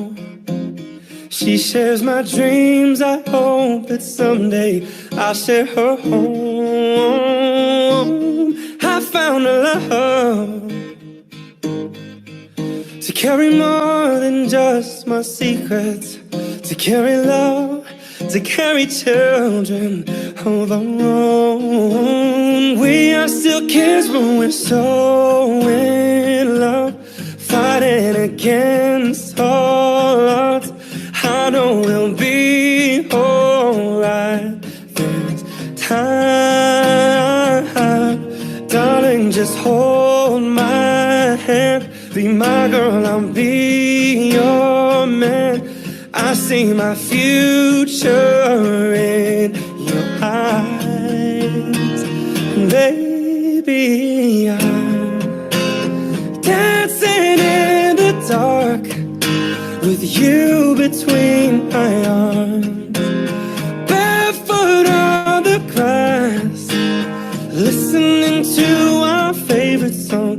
When I saw you in that dress, looking so beautiful, I don't deserve this. Darling, you look perfect tonight.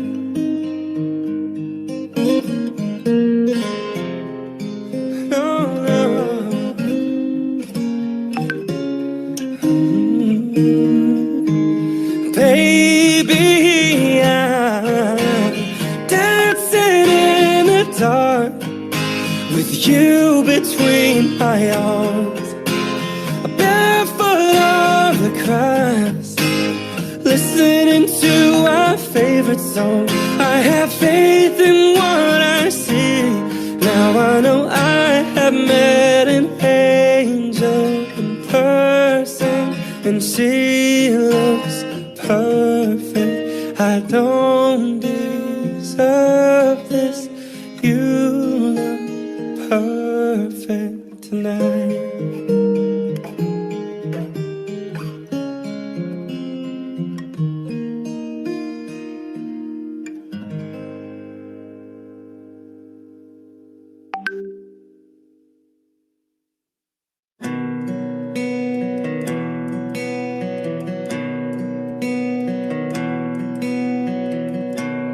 Oh, thinking about all our younger years,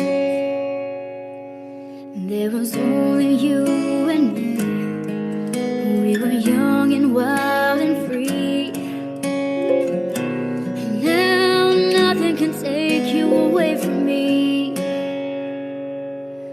We've been down that road before, but that's over now. You keep me coming back for more. And baby, you're all that I want. When you're lying here in my arms, I'm finding it hard to believe we're in heaven. And love is all that I need, and I found it there in your heart. It isn't too hard to see we're in heaven.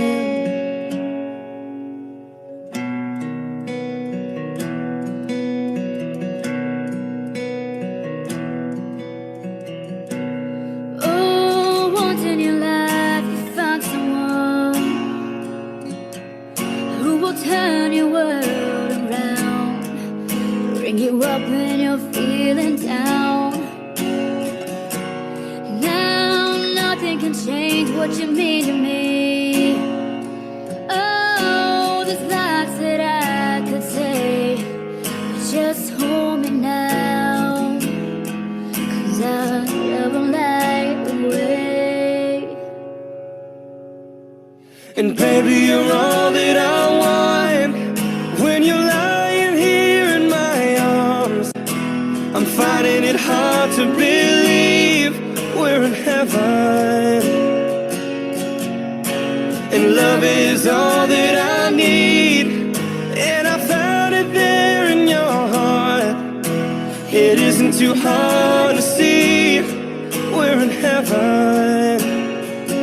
Yeah, I've been waiting for so long for something to arrive, for love to come along.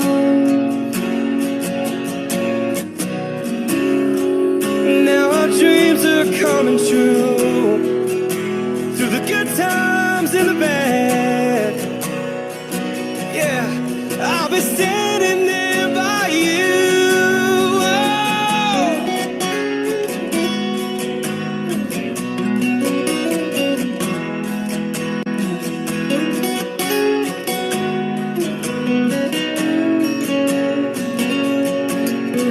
And baby, you're all that I want. When you're lying here in my arms, I'm finding it hard to believe we're in heaven.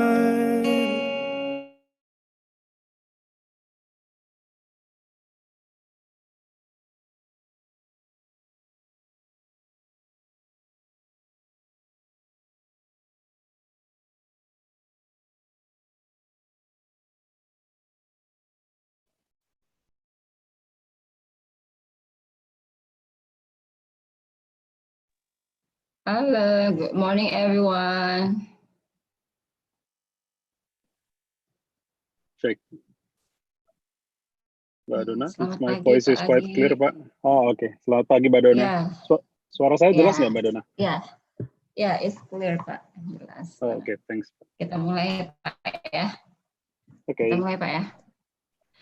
Yeah, are you ready, everyone? We will start again in the next session, the different session and the different topic. So.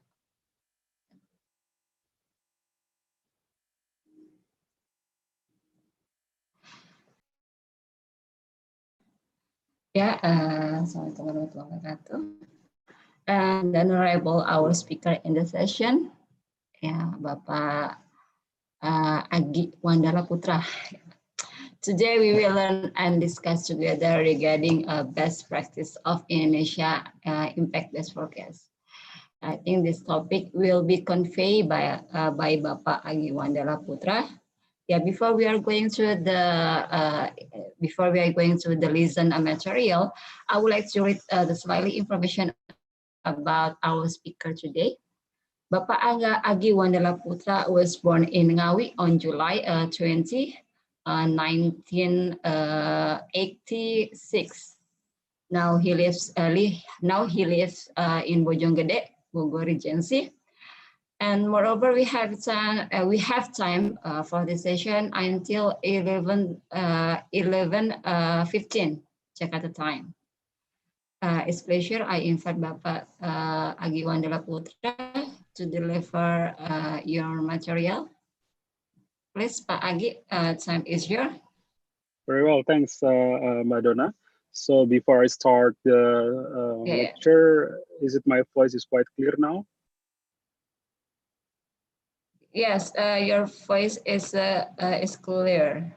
Yes, Yeah, okay, so, okay, thank you very much. So apologize, I will turn off my camera because right now I'm on the site working. So I'm on the field right now. So okay. I'm glad that I can give my speech in the session. So please do not hesitate to leave the comment and let me know and remind me if my voice is not clear, yeah, for all of you. And I asked Miss Dona to help me on presentations. Thanks in advance, Mbak Dona. Yeah, never mind. Okay, so everyone, Assalamualaikum warahmatullahi wabarakatuh. Selamat pagi, good morning. And my pleasure to meet all of you in this very, very rare event, or let's say this is important meetings for all of us. So as earlier, Ms. Dona already introduced me to all of you, and again, I put additional informations that you can call me Agi. And currently, I'm working for early warning divisions in Indonesia. And then the focus is also one of it is cyclone monitoring, forest fire monitoring, and especially the early warning. So previously, I worked for initiations of the impact-based forecast as you follow on this training.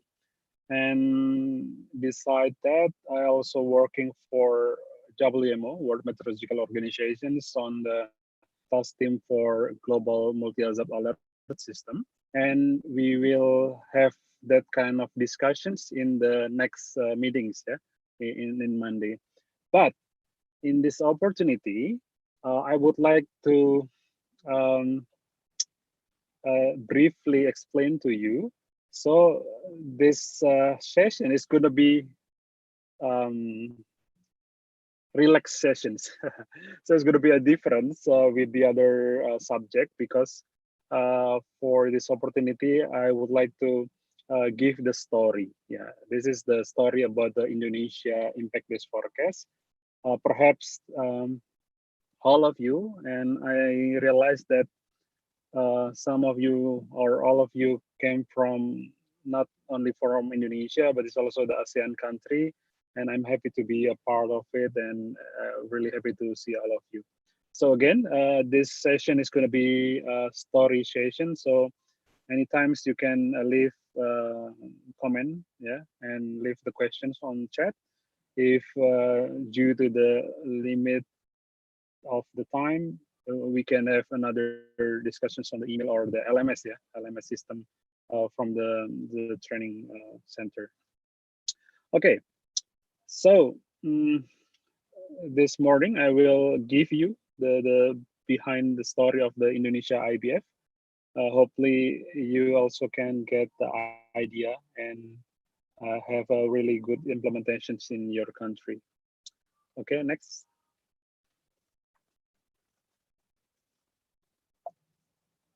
Donna. Okay, thank you. Okay, so everyone, I will start with really simple metrics. If one of you or some of you already knew about this metrics that Indonesia already implement, so I will give more explanations in this opportunity. So please, everyone can check the step by step of the years. You can see that Indonesia has started the implementations of impact-based forecast since 2017, but it's only a concept. So in fact, on the technical things, is it just only implement in the 3 years, 2018 to 2020? Okay, so everyone, I believe that you already get the explanations from the previous lecture that the initiations or the start of the impact-based forecast in the world started recognized by the large community since WMO released a document about the guidelines on multi-hazard impact-based forecast and warning services with the number 1150. Basically, that document is just guidance. So there is no obligations or direct involvement from the WMO for the country's member to really implement. So that's why so many countries is developed by themselves and also try to suit in the services is depend on the conditions inside the country. So what happened with the Indonesia? Since we received this document and we start to make the what we call as the preliminary assessment for on what is the actually early warnings conditions in Indonesia. So we start to bring the idea of the impact-based forecast to the public, especially for BMKG team, for the meteorological agency team. And we have many discussions, but there is no final plan for the IBF. So from this part, I believe that you can take the lesson learned.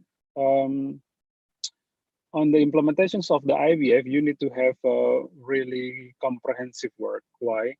Because you need the support from the management level, and then also the permanent representative in your country to support the activities, because not just only work for your agency, but IBF need also enlarge with another agency like disaster manager. But of course, I knew that some of you, maybe the disaster manager is also at the same organization. So that's a really good chance. And one of the beneficial from the organization. So you can use it. So back for the step by step, we can see that from the beginning of building the IBF concept, and we need to define design about the impact and response metrics. And then we need to follow up with kind of SOP and the implementations. And if possible, you can also try to find what is actually the best platform or the interface between meteorology and also disaster manager. And then if all or everything established, so you can start to enlarge the stakeholder. So please, everyone need to be reminded the phase from 1 to 6 in this table. You can see that from the IBF concept, the phase 1 is the collecting data and develop the hazard response and also risk metrics. I believe you will learn about this in this training. And then the phase 2, you need to expand the participations of the stakeholder. Even you only working with the disaster manager, but this also has a really good opportunity when you also work with the other agency and also support from researcher and also from related agency who can involve on the response things. And then on the phase 3, sometimes this is going to be the most curiosity. I mean, the part that most of you is quite really want to know about the development of the interface between the forecaster and also the disaster manager. And then do not forget, phase 4, you need also to working on the SOP. Then you also can work with the demonstration tests on phase 5. And the last part, after all, everything established, you really need to have the programs. It's called public awareness and also the public outreach program.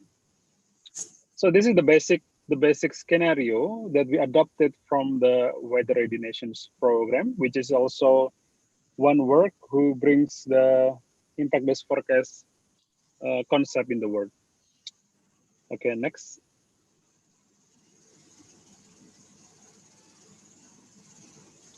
So for us, for Indonesia, we quite lucky with the support from the Weather Nations. In fact, that's not just by accident, but it's follow up from after Indonesia has a plan and also the concept. And then in the end of the 2017, Weather Nations program comes to Indonesia and offered the opportunity to support as the expert. So this collaboration is only filled with the capacity development and also working on the workshop phase and how we can manage the audience, something like that. So finally, in 2018, Indonesia start to have analyzing the data and also tools for development metrics.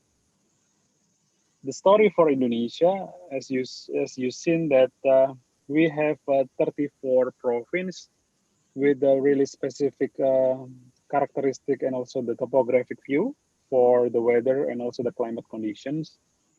So of course, the disaster is going to be also complex, and every province will have their own style or pattern. So what was our strategy? So we made the implementations of the workshop for having the metrics for impact and also the response with the 3 area for pilot project. So we choose 3 provinces, which is Jakarta, Semarang, and also Yogyakarta. to get the general idea, to have the general concept.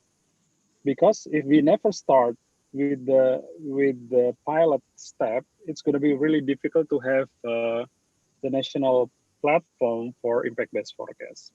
So in Indonesia story that we have the selected province, even of course there's going to be so many questions from you, I think, that it's going to be not really directly represent all the province.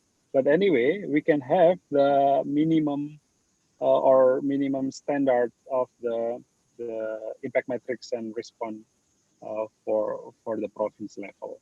So that's the way that we choose. If in the future your country want to have ideal preferences from the disaster matrix, risk matrix, so you can have all the province. Of course, you need also think the way, the budget and everything about it. But if possible, it's going to be a really good chance. But if not, of course, you can take several province as a part of the pilot step to have the first metrics of impact can also respond. Okay, so then after 1 year, after everything is set up with the matrix from the the development of the matrix with the focus group discussion session, we make it together with the National Disaster Management Agency and then also the regional or the provincial disaster management also. And also we have the Ministry of Transportations, Hydrology, and then some of the experts that also join to the meetings. So anyway, the idea is when you have this kind of a workshop in the future in your country, you can have the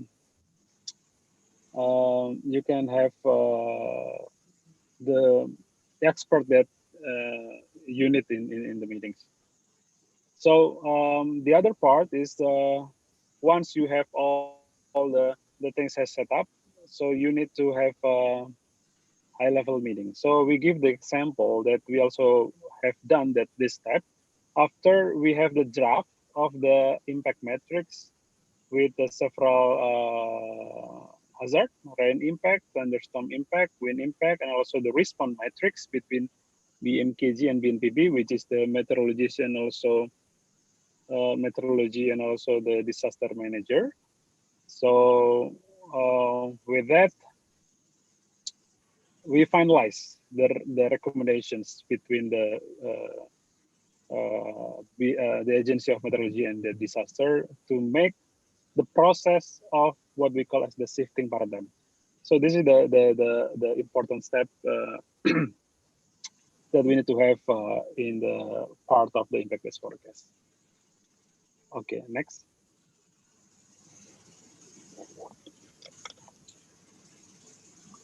Okay, so after we have the high-level agreements that the two agencies just agree to have final concept between, I mean, from the two agency. We not really waiting until everything is set up. This is the fact.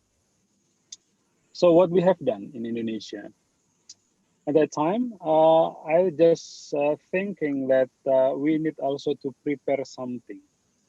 One thing that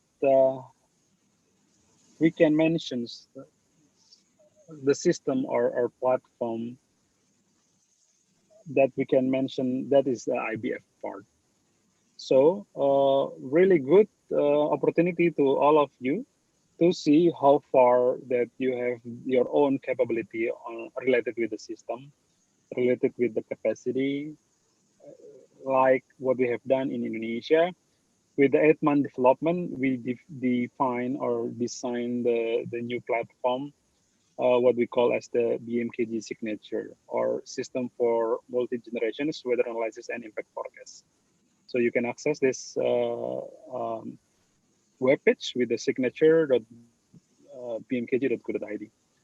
What I can share to all of you, The idea is you need to have a really clear idea, and then you also need to define what is actually your technical capacity.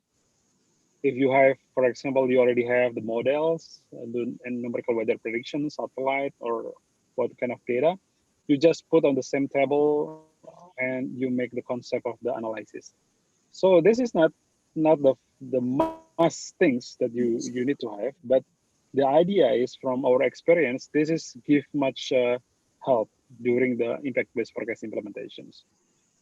So you can see currently the display is a bit different. We just split from the, but you can check from the three layer in the left side to see the weather analysis. So we just put everything inside the platform. Next. So from the ideal concept, then we make the approach. Of course, before in Indonesia, we already have a platform for the warning, but we can say it's the conventional warning. With the IBF, it's not cannot provide that kind of requirement for delivering, especially the informations related to the response, and also especially related with the web page that can be accessed by the disaster manager, because they always send the request because they expect something that they need to access. So then we put this IBF platform as a part of the BMKG signature that you already see in the previous slide. The idea is we make the really simple way to draw the area of the potential impact with the concept of impact-based forecast. So before, the forecaster is not even have the view of the vulnerability data, but in the IBF platform that we need to have in implementations, we combine related data like the exposure, the vulnerability, and then we make analysis to be the impact. In the system, we provide the informations for the impact for certain hazard, but mostly now the most used for the analysis is the rain, the heavy rain. But of course, you can define or divide the hazard depend on your data. And then the warning level, of course, following the IBF standard with the minor impact, be aware, be prepared, take actions. So this color code format, this is one thing that we always keep promote to the public, because until today, it's still not it's not really famous for now, but now some of people already realized that BMKG also have the same level with the disaster manager warning. So this is important. Next. Okay. The good things that in Indonesia implementations, our counterpart in the disaster manager, or we call the BNPB, they have the modern vulnerability assessment for Indonesia. Of course, the scale is not similar in all province or area, but anyway, we can access or we can get the simple data that they provide for the exposure vulnerability data.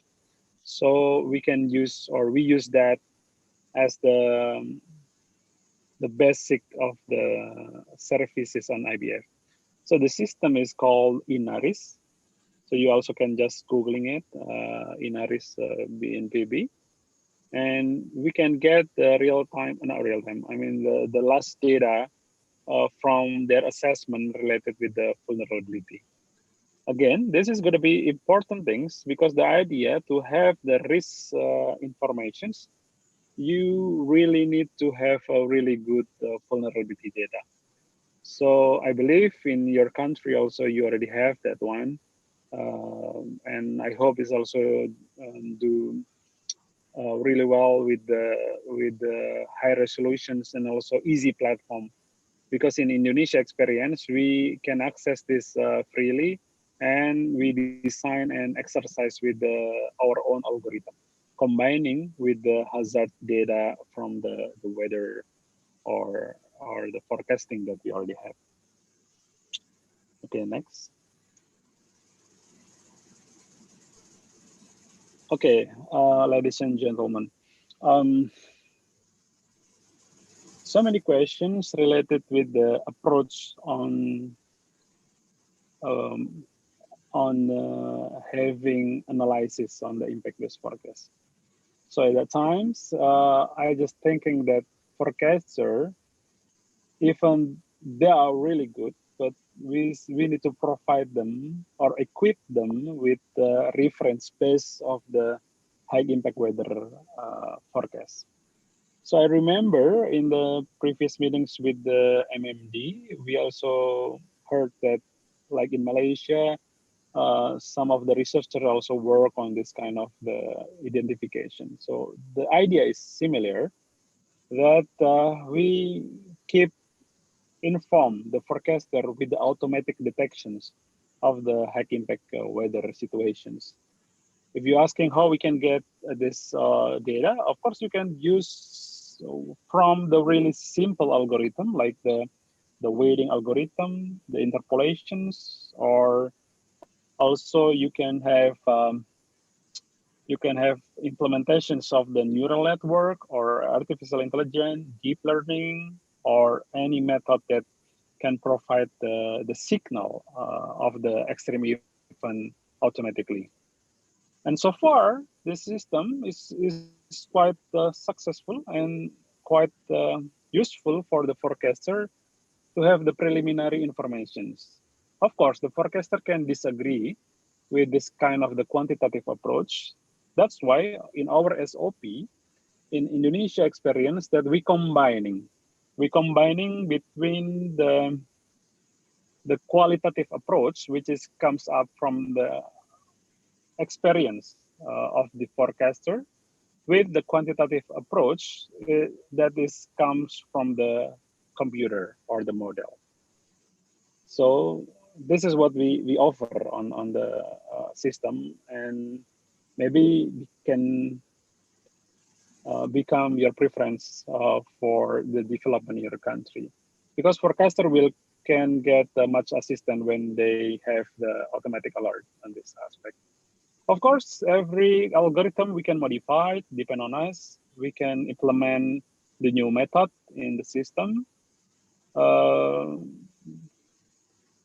When we have the place, when we have the stable, so we can use it for the development. So please be keep in mind that Indonesia is also implement the quantitative approach for the IBF forecast. We can discuss more further in the discussions. Okay, next.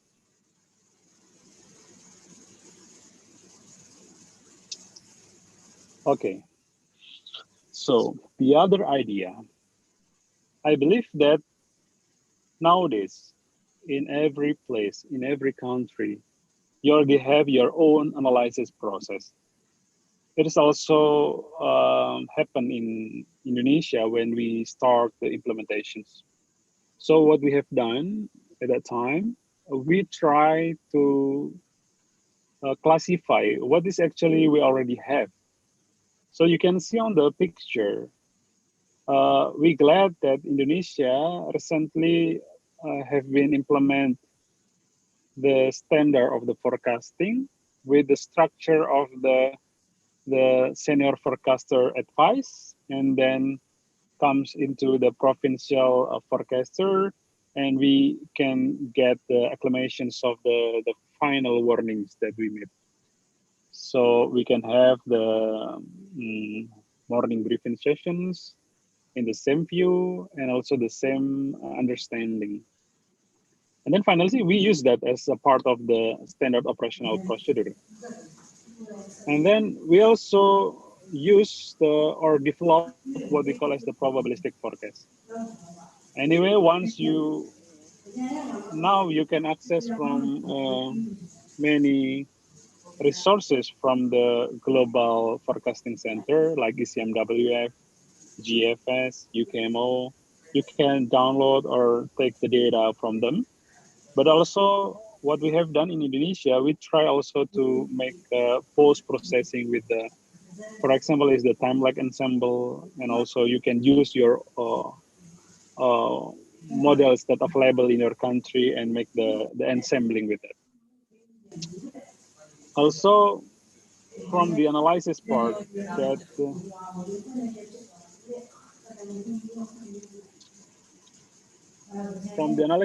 that also you can have your own output or the basic product from your daily activity, like the NWP, radar, satellite.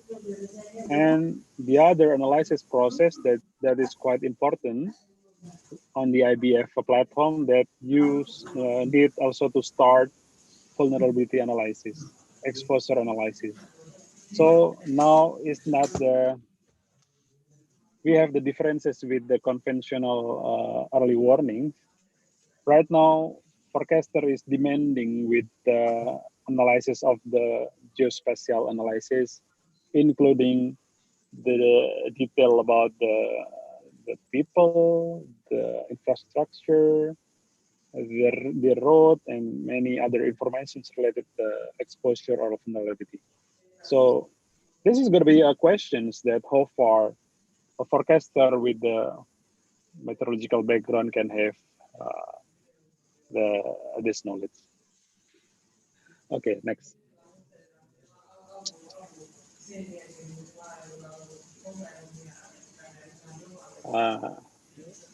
Next.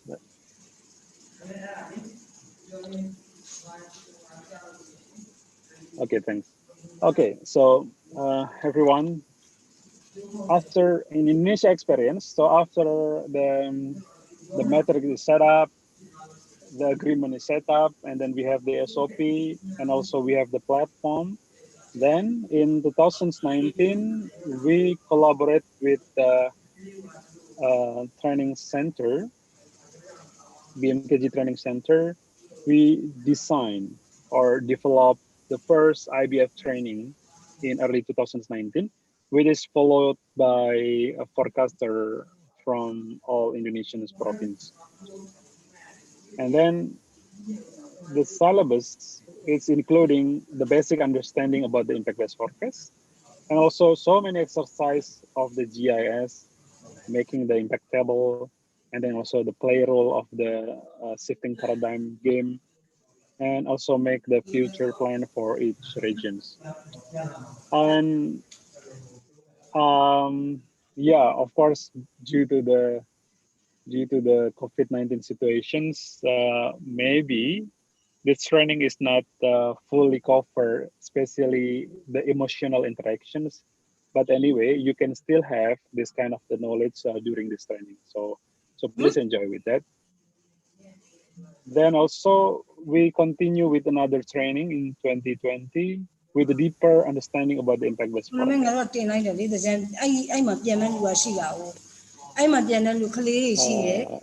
Apologize, I think I get noise. Okay, thanks. And then with this package of the training, the impact-based forecast training is already established in our Center of Training and Education and Training. So that's why right now we happy that currently also we can share with the ASEAN country how the lesson learned that we already experiences in the process of the impact-based forecast in Indonesia. And I hope also in the future you can also attend into our regional training center and get the experience with the real on the technical aspect and also the sociology aspect. Yeah. Okay, next.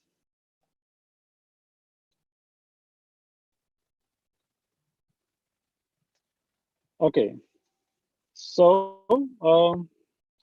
I heard that there's one participant from Bima, isn't it? So Yes, sir. True. can you unmute who came from Bima? Me, sir. Lavia. Okay, Lavia. Lavia. Yeah. Yes, Okay, sir. but Lavia, I Yeah. don't know that you are recently following the development of the impact-based forecasting Bima, but maybe you know. Can you tell the story of the design and the development of the impact-based forecasting in Bima? Actually, now we apply impact-based warning, sir. So we make the impact based on the warning we already give to the stakeholder previously. So based on the warning we already give, we then give the IBW impact-based warning to the PNPB. Then from that, we also give it to the through WhatsApp group, and from there, the PMPB can uh, take an action.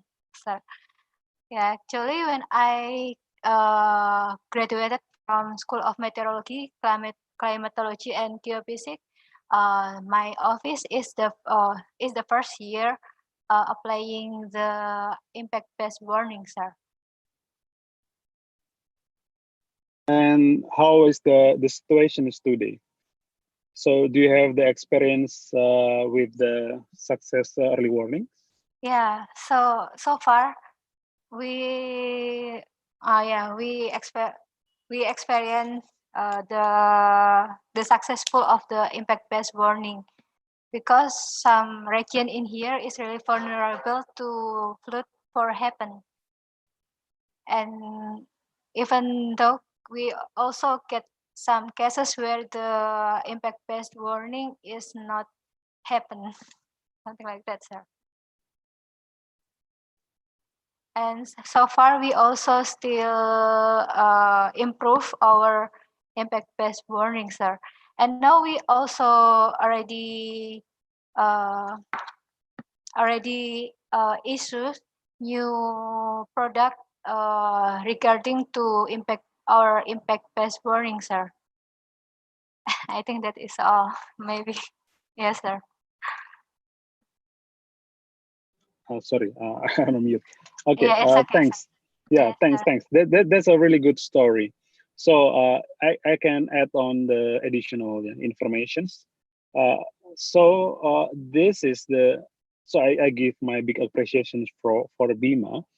In this case, that our college in Bima, which is the regional office, not really the professional office, but it's the district office in one of the island in Indonesia, in Nusa Tenggara Barat, that they successfully implemented the impact-based forecast with the really basic concept of the shifting paradigm.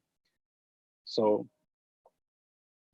everyone, you can see from this success story that on the small scale of the services for meteorological information is quite workable in like the case in Bima. And from the picture, you can see the white dress and also the brown one is the example of the agreement have been made between the meteorological officer together with the local government. And also you can have you need to sit on the same table between two part of the warning, also the response agencies. Then you need to finalize something that you need to agree with. Okay, the basic is similar, even the platform is not really direct to the national platform, but the idea is keep maintained with the smaller scale, yeah, if I'm not mistaken. And it's quite workable and implemented with the kind of display informations with the computer base and also SMS based. So congratulate to Bima, and it's a really good opportunity to all of you. So impact-based forecast can start from the minor scale, really from the small scale. So you not really need to wait until the national or final concept for the impact-based forecast. Okay, let me continue next.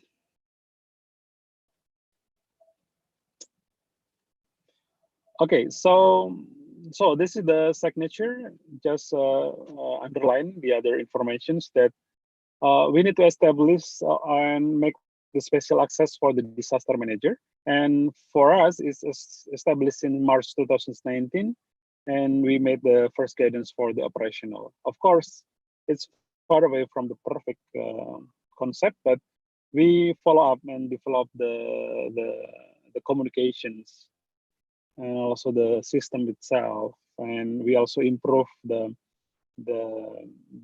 services for the public and also for the stakeholder. Okay, so you can just see the website, yeah, signature.bmkg.co.id. Okay, next.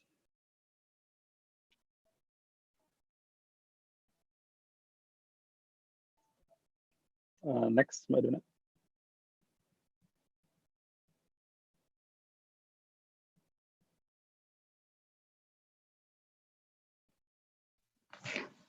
Sorry, Mr. Agi, are you there? Yeah, yeah. Bisa next, Mbak. Hello. Oh, okay. Is it my voice? Okay. Yes, it's clear. Yeah, it's Oh, okay. Okay, let me continue. Okay, so in front of you, I just bring the idea of the example, the agreement between the meteorological agency with the local disaster manager on the provincial level. So before we maintain and also manage, we develop the IBF. I mean, during the implementations, we never forget on the legal aspect.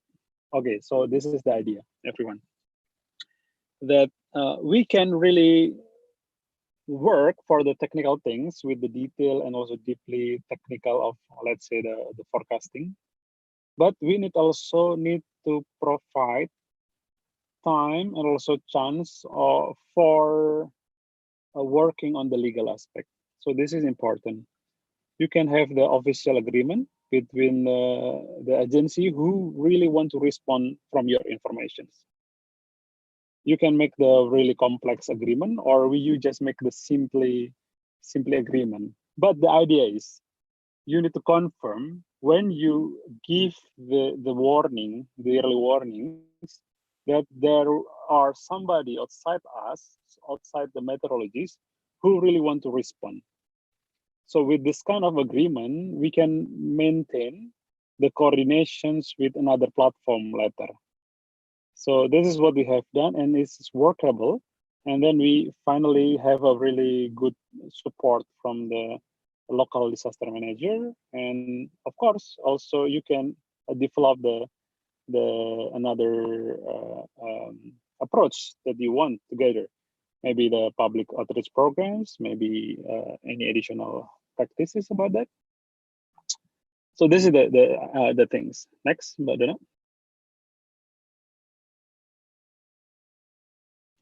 And then also, this is the capture of the in Indonesia experience after the disaster manager is look like sustainable and also established. We start to enlarge the services into the other sector. So we start with the infrastructure sector with the integrated IBF platform together with a really specific ministry for that. So if you have questions related to this, what kind of the sector that can enlarge the impact-based informations, the answer is up to you. So basically, you need just to find a way. Find what is actually the most vulnerable or the most potential user, that you can implement the IBF paradigm for your services. So including us, we start to also deploy to the Ministry of the Infrastructure. Okay, next. After the enlarger, after the new engagement from new sector, then you please do not forget you need to put to your chief idea to the chief or to the management that the public awareness programs or the public outreach program is one of the important key on the IBF. So this public means it's not just only for really public, which is the citizen or something that really indirect access for meteorological informations, but it's also you can make it specific, like you can make it with the voluntary, or you can make it the programs with a local leader, for example, or you can make the program with the journalists or media. You also maybe can work with, let's say, the example of the right side picture. It is people who work on the tourism sector. So anyway, you can just develop. So what we have with this Mosaic program in Indonesia as the example, that you need to make as much as you can, or as fast as you can, the programs, what is actually inside. So the program is the goal that you need to bring them on the same page as you, how to access the informations, how to read the weather informations. And if you already have this metric, you can also deliver how to respond if you have this kind of early warning. So with the user engagement, as large as you can approach, you can get their approach. So it's going to be really good support. Yeah, you can get really good alternative when you work with the agency. So if you're interested with this one, we can also share with you maybe if we have any chance what's actually inside on our programs. Okay, next. Also, beside the public outreach programs, you also can have improvement or the development program with the disaster manager. Like what we have done, we make the detail or specific work. For example, we make the tabletop exercise for flood event preparations. And also we make the tactical floor game for the flood event situations. So it's quite fun. You can have the collaborations with the disaster manager and another stakeholder. And as the meteorologist, you can stand as the organizer on the beginning of the part, because the early warning is the first layer, is the first step of the disaster cycles. I mean, for the part of the early warning. So this is the example. We make the tactical floor game for the disaster manager, or even is attended by also ministry and also the governor. So this is a good chance for everyone. Next. Okay, now I want to underline the topics about the dissemination. So the basic idea of the Indonesian experience on the IBF is we just approach the all media that is visible in each country. So for Indonesia case, WhatsApp is the common platform and the fastest social media or a chat platform that can responded by the people. So we asked the disaster manager that are you will enjoy if we just make the I mean, we can connect it through the WhatsApp, and they just agree. So then we make the simply communications way. So in every morning, our forecaster or effect-based forecaster deliver the really short message about the warning and start to discuss how big is going to be the impact. And also the disaster manager is also start to respond what they need to do. So this is the part of the communications. So if you have questions that is it possible to have another platform? Of course, it's up to you. It's up to the countries that what is the common platform that you can have. Or if you still use the call phone, so you just can use that. Or if you still use SMS or another applications of chat, so you can just use that. The idea is what is the most common or the most respectful platform that you can implement between the agency. So it make everything easier. Okay, so the other idea is also we keep remind the stakeholder or our partner on disaster manager to respond if there are any cases. So we have already the alert, the level of the alert, be prepared, be aware, be prepared, and also take action. So yeah, so you can start with that kind of discussion. Next. For these presentations, I will make it in detail for the next Monday. I will talk about what is the standard of the common alert protocol, or it's new as CAP, yeah, common alert protocol. So together with the impact-based forecast informations, finally we decide also to use this platform, and it's successful. All the downstream information is quite succeed with the WMO platform, with the Safer Weather Information Center, and I also checked that several countries in ASEAN already also push the data. But what the differences in Indonesia information is already contained with the impact information. Okay, next. Okay, so I believe that we have participants from Malaysia, Philippines. So together we have done the collaborations with the WCSSP work with the UKMO, but also we have the impact-based forecast training. Yeah. So for Indonesia stories and experience that we request special materials. So it's not already the basic one, but we propose the deeply technical aspect on the quantitative approach. So anyway, feel free if you interest with the Indonesia support on the implementations of the IBF your country. Anyway, you can just use many resources. You can work with UKMO, you can work with Ready Nations, or you can just work with your own program or with us also.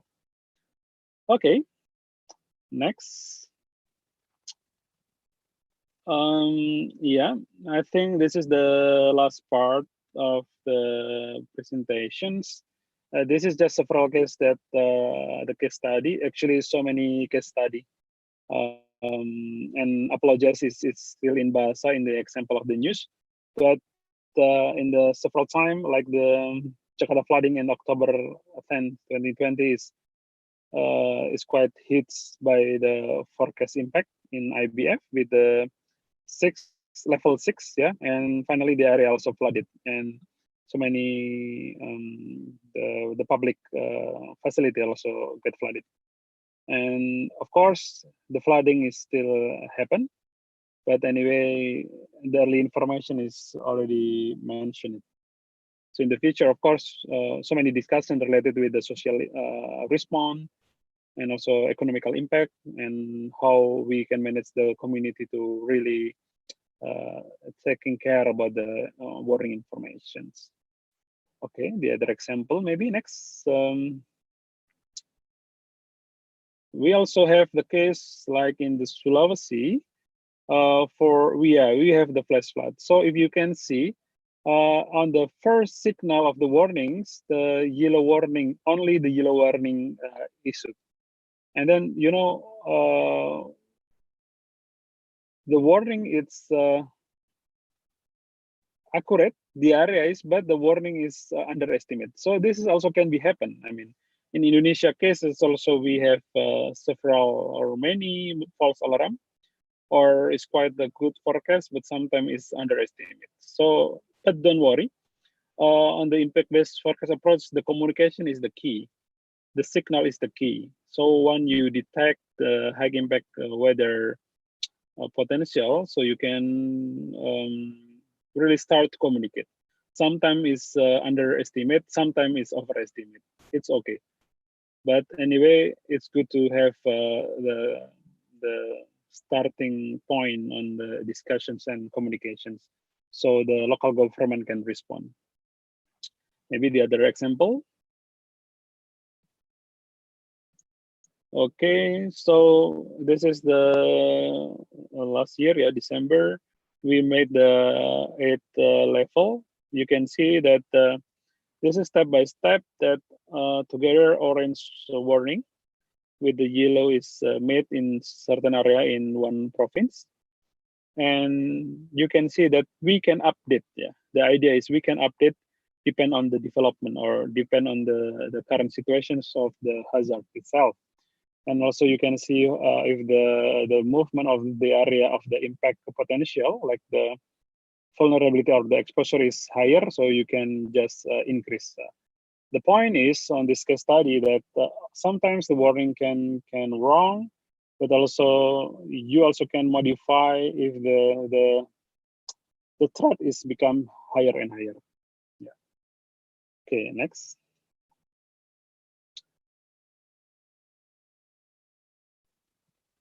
So this is the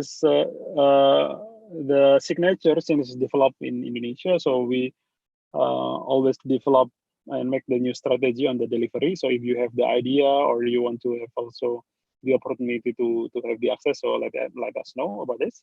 And also some of improvement we just changed because before it's in 2019 it's still pilot, and 2020 finally is official to be the platform of the impact-based forecast.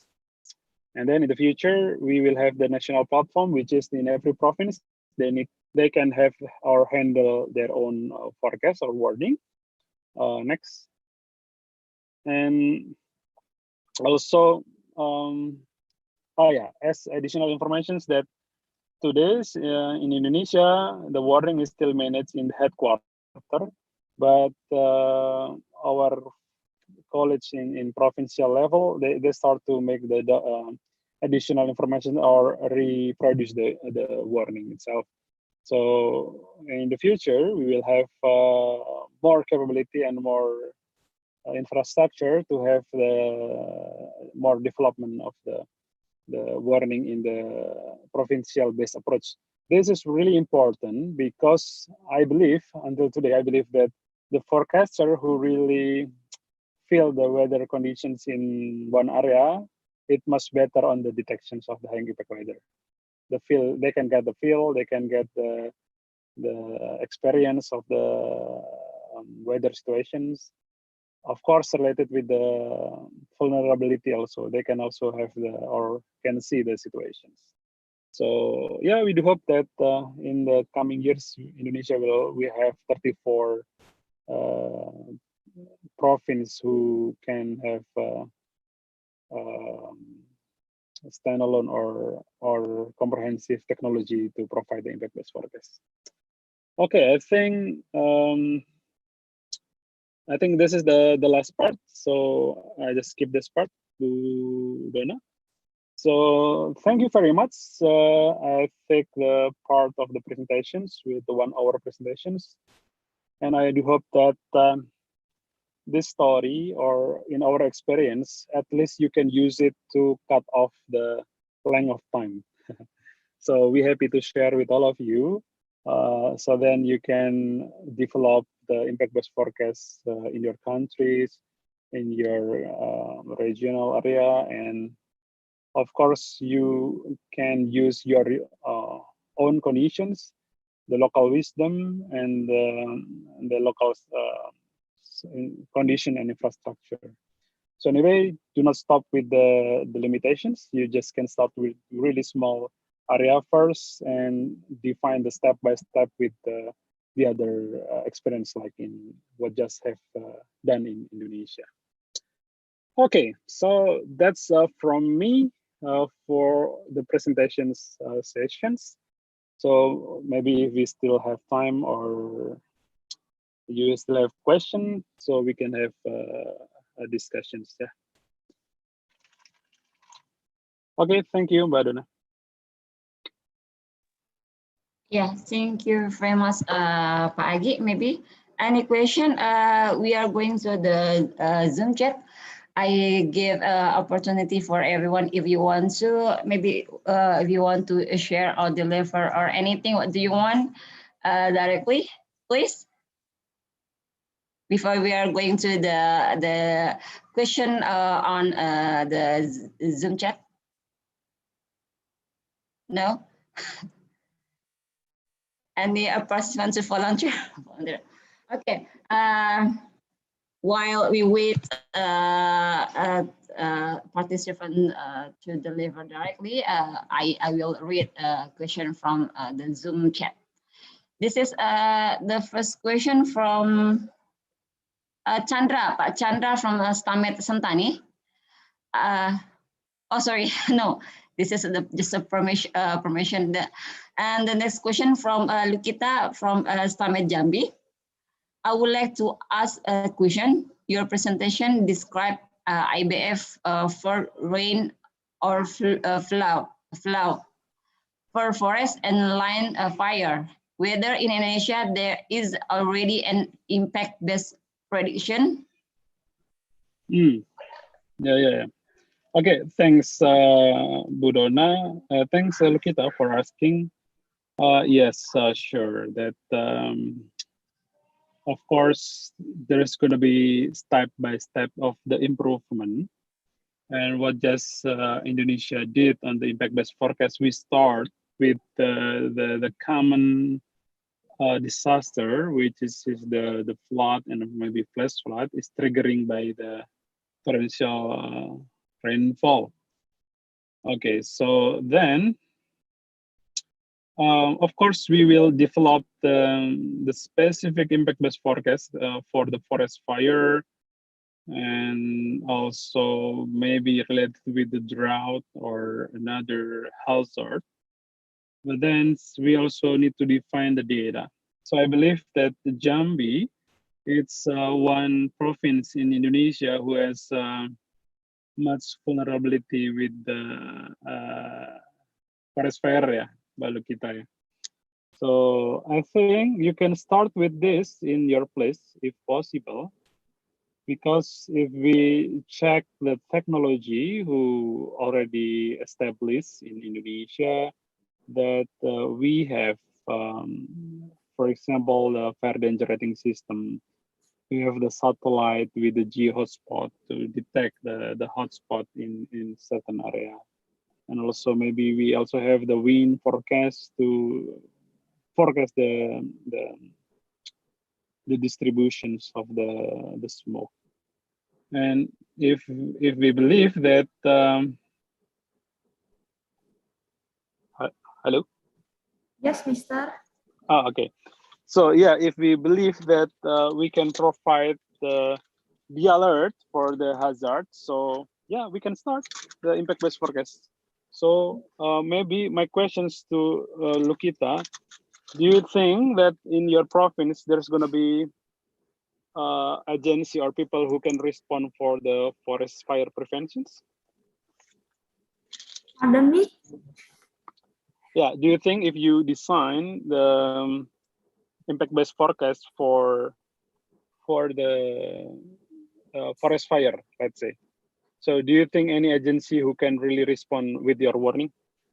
Yes, I think have an agency to respond our warning like BPBD and Basarnas maybe, because in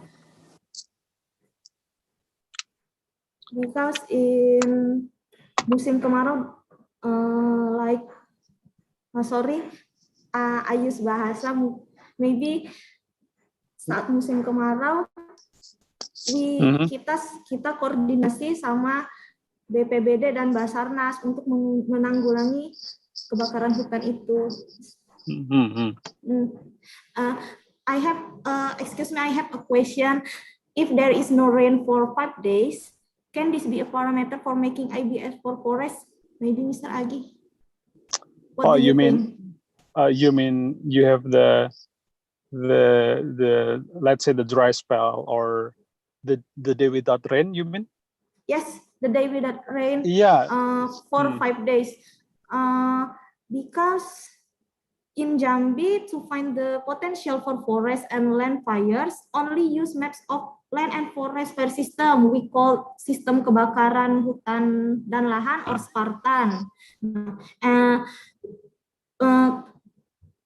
Spartan can be accessed on BMKG website, but the map only explains how the level of flammability, such as low, moderate, high, and very high.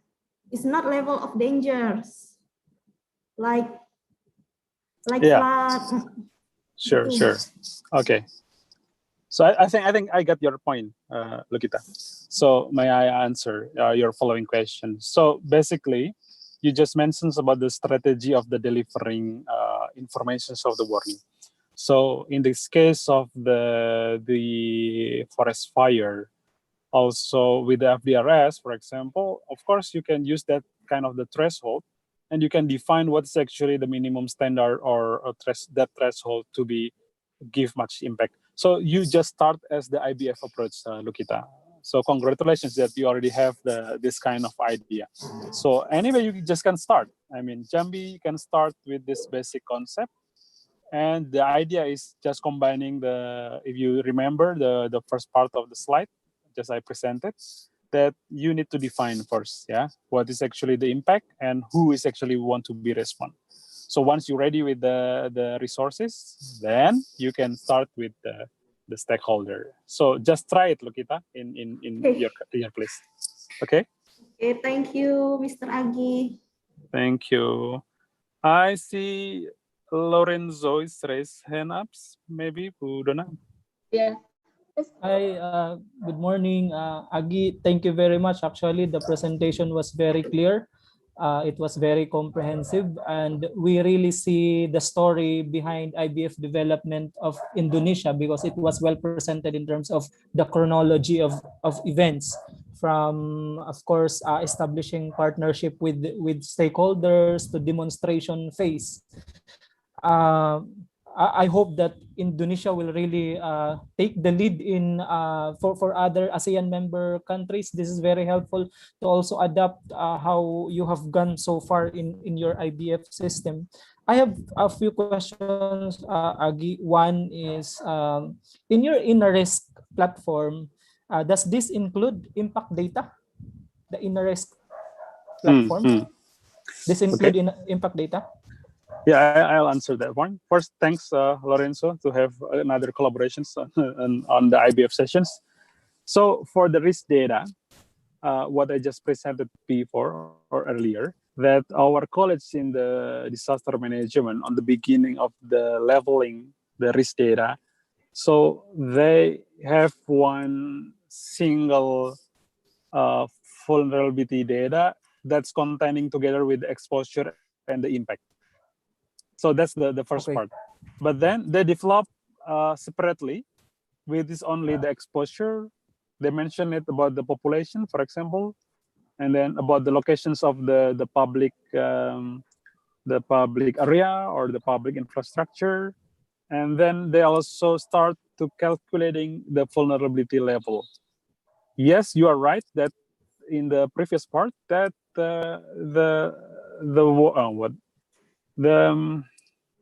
what I mean here is the impact is already included in previous versions, but now we can divide it clearly, Lorenzo, with the exposure in one part and also vulnerability in another part, and also the threat impact. This is the fun things. They also calculate the impact, but sometimes again we still have the limitations about the result of the assessment from the risk data, because not all the provinces they have the same. Yeah, it's actually depend on the survey process. Yeah, but if I think your country maybe have more detail about this vulnerability data, it's going to be good opportunity to provide the risk information. Yeah.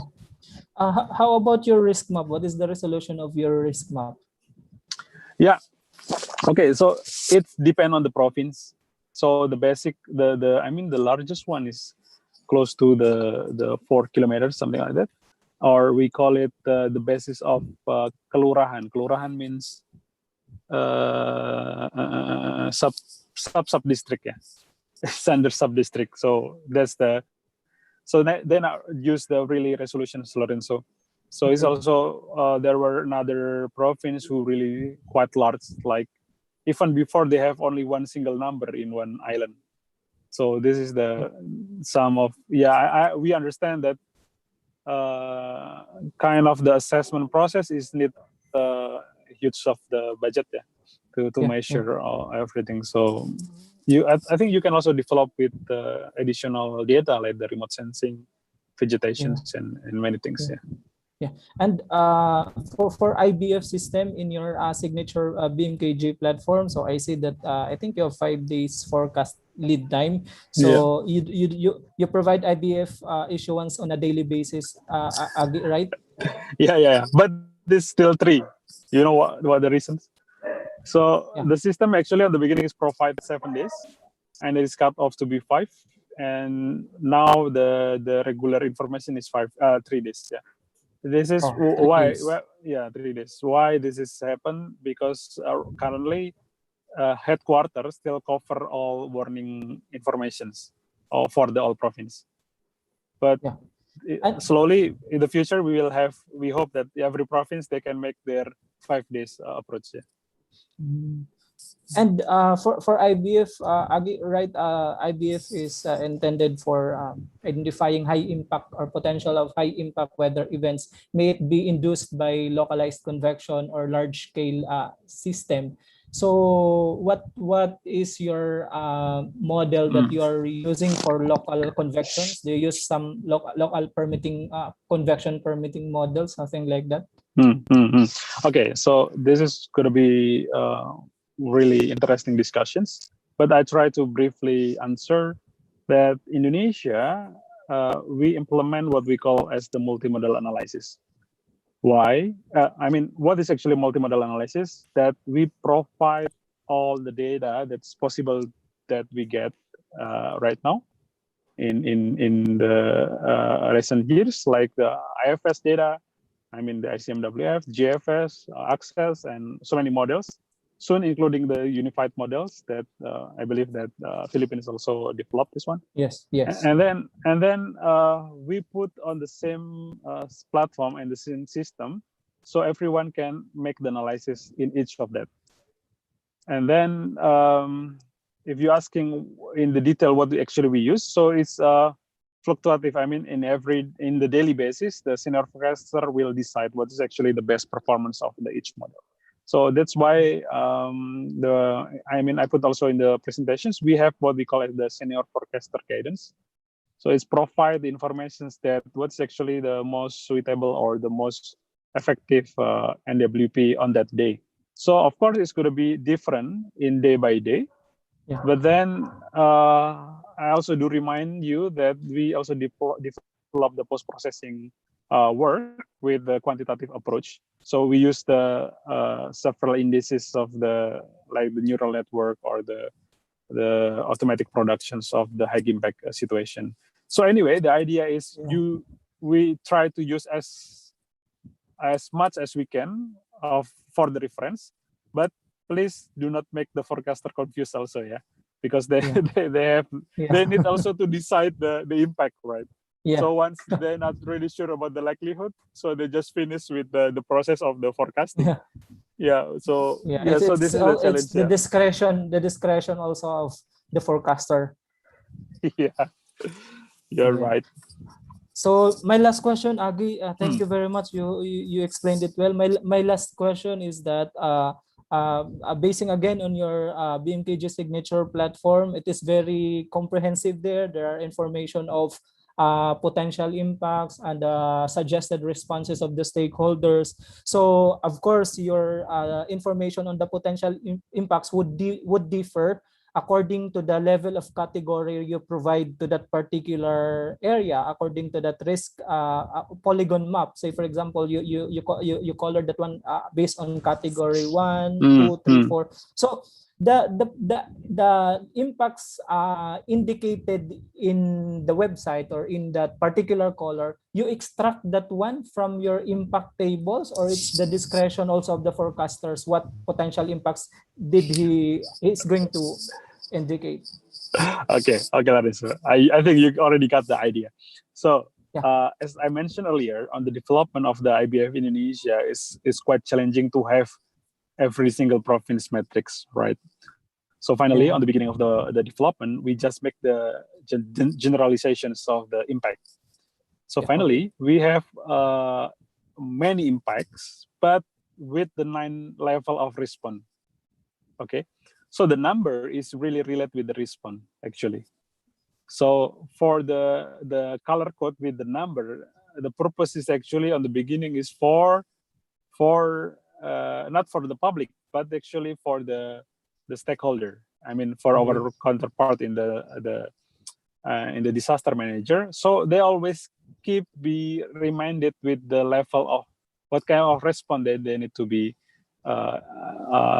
do. I mean, respond from the informations. But in recent years, that level of the warning sometimes is also used for the public.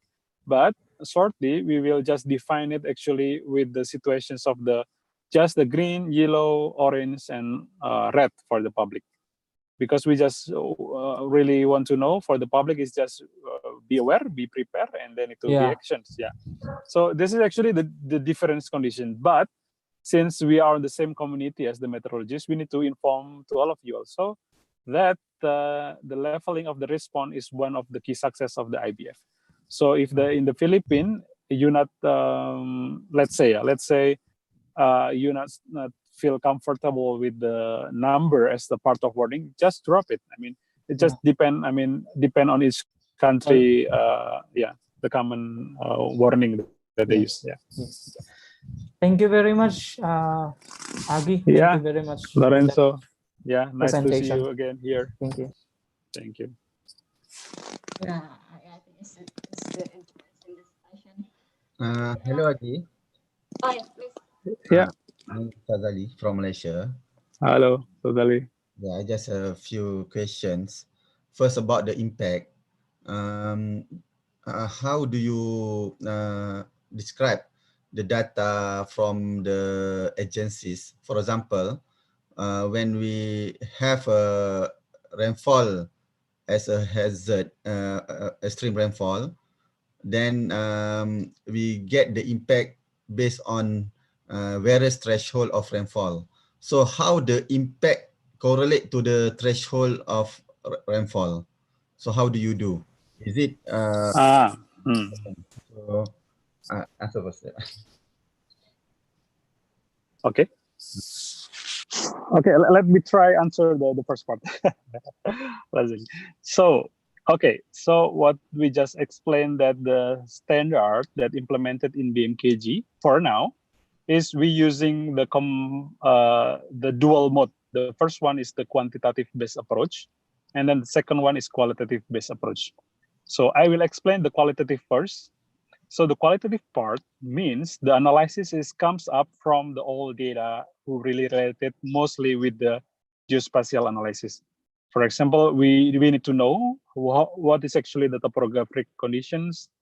Let's say we need to know also where is actually the people stay, and the other related with exposure and the vulnerability. And then we need to combining together with the hazard, right? The threat. Let's say the heavy rainfall, for example. Then with the second approach, the quantitative approach, we can make the exercise.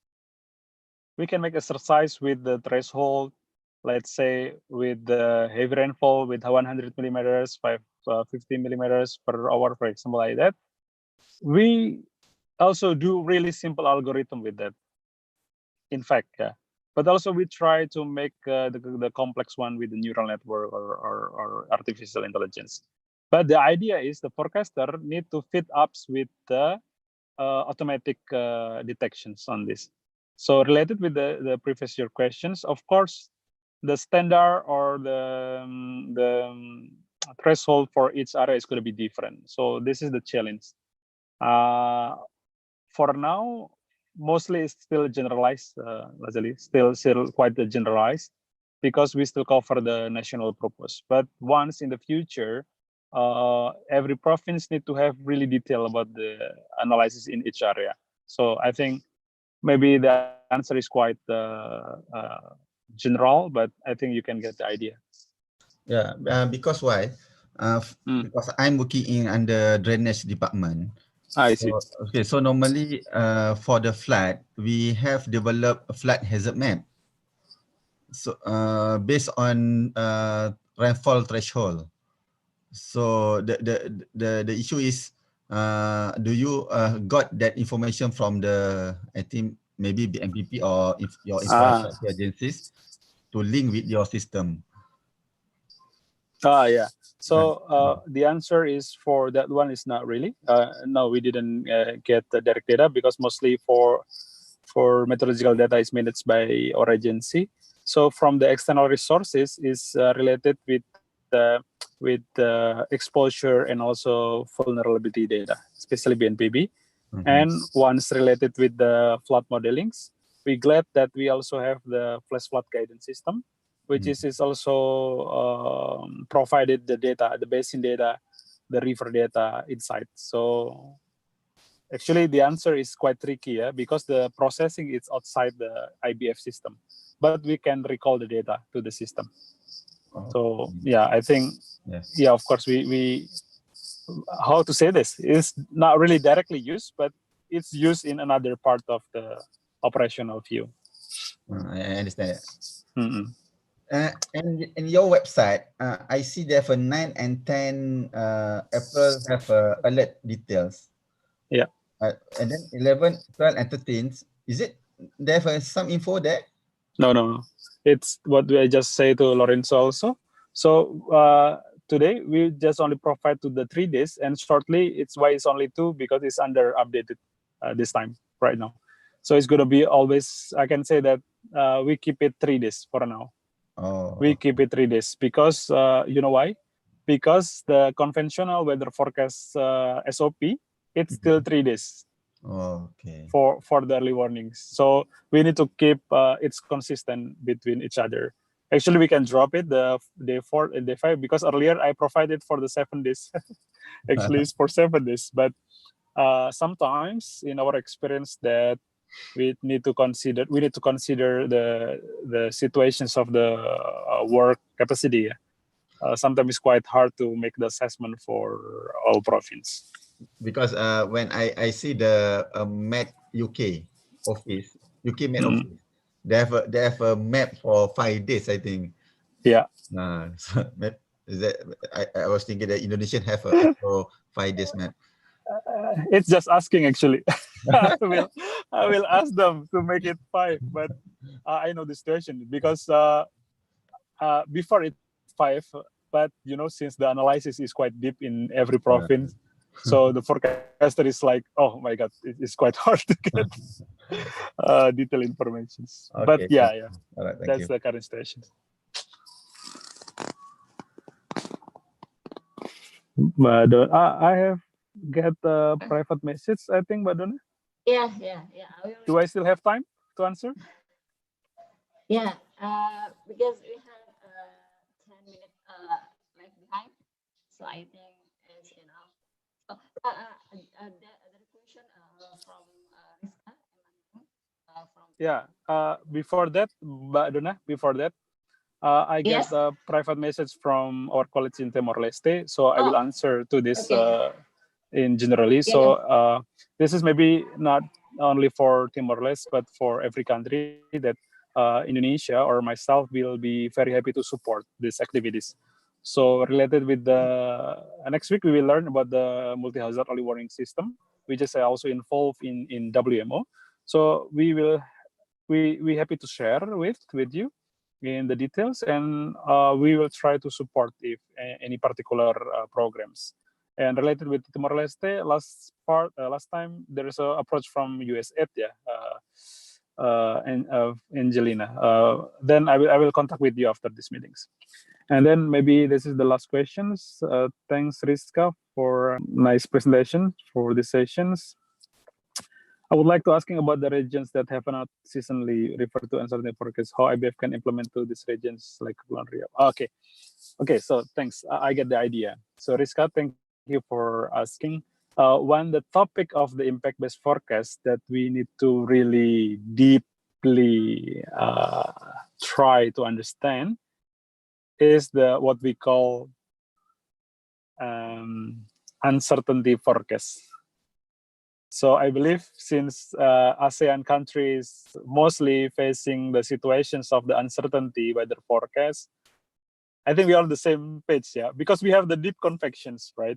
Especially the island state characteristic of the weather phenomena is quite complex and really difficult. So everyone on the same page. Everyone will have or will facing the complexity of the weather forecasting.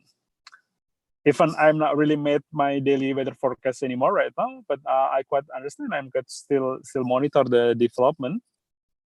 But please do not stop with that conditions. We can start the implementations for each province. Do not be or quite afraid with the lack of the accuracy or the limitations due to the uncertainty of the weather forecast. We can find the solutions. I believe that the forecasting right now is become modern and more powerful. So for Rizka, for you can just start for the Riau, and then you can develop your method, your own method, or the most efficient method. Shortly, we will have the convections model with really high resolutions. Maybe it can help, but maybe sometimes the global model also can help. Of course, with the equipment like satellite radar, maybe we can just work with the nowcasting like what just Bima did. You can also start with that, Rizka. So this is the idea. I do hope that this message also can bring everyone attention that this is really good. I mean, with this is my experience with IBF. So this IBF work is the humanity work. Why? I believe it's gonna be, yeah, if Indonesian person always mentions about pahala, greatness or grateful for everyone, that what we have done is for the community, for the persons, and we try to save life. So please do not waiting until everything set up with the good accuracy or best technology, but start the approach. Okay, including all participants. I mean, from all countries. That we do hope that in our experience in the last 3 or 4 years, this is make the sensible of the emotion, also make us the better person, because we also start to helping the public, the citizen who really deployed impacted with the hazard. Like, for example, in Indonesia experience with what just have done in Nusa Tenggara, in East Nusa Tenggara, the warning is all just delivered, but we still the casualty is more than 140. So this is, but of course there are some part who still can survive due to they can reflect to the warning. So this is the opportunity, not just only for relate to the risk questions, but I think it's going to be my last message on this sessions. Yeah. That's it, Budona. Thank you very much. It's over 10 minutes over time, but thanks anyway. It's quite fruitful discussions, and I do hope that we can meet again, in the next week with the more technical aspect on the multi-hazard early warning system. Okay, thank you. Yeah, thank you very much for Mr. Agif for the nice presentation and the sharing and discussion. So thank you so much for your kindly attendance in this session with Ahmad, and I have to stay from my director of my institution. Thank you very much for anything. And thank you very much for everyone. So before we close, I want to give you information from our speaker on April 10, 2021. Excuse me, Budona, your voice Yes. is too low. Oh, hello, hello, hello. My voice is clear. Still unclear. Hello.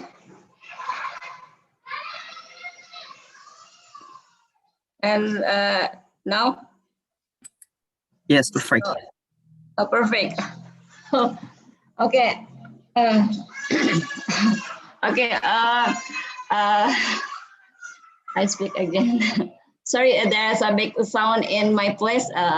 Actually, I say thank you very much for Mr. Agi for your nice presentation and the interesting discussion for everyone.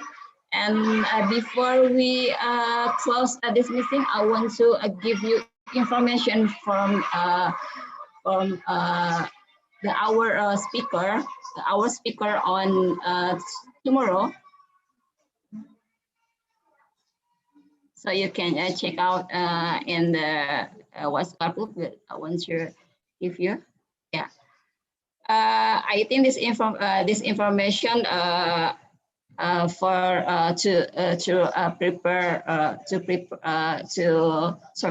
I think this information to prepare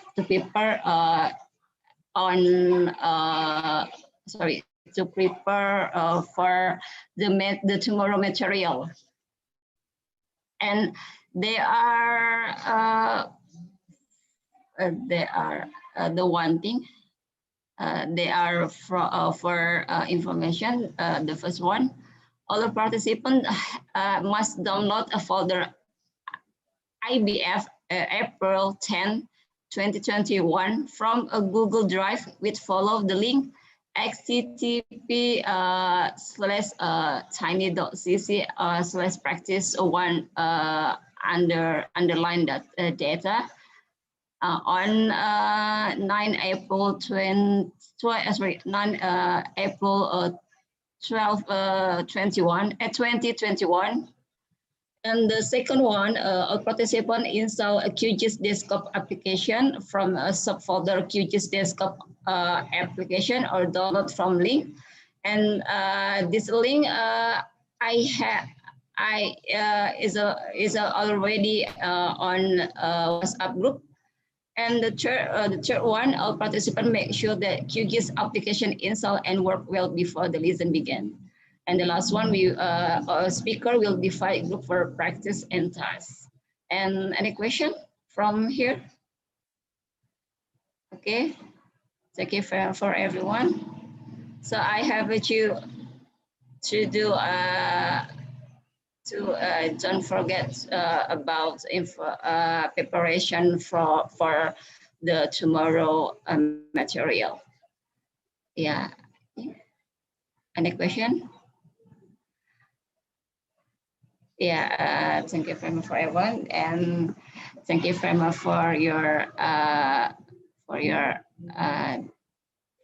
attendance in this session, and see you next tomorrow. Bye. Thank you. Thank you.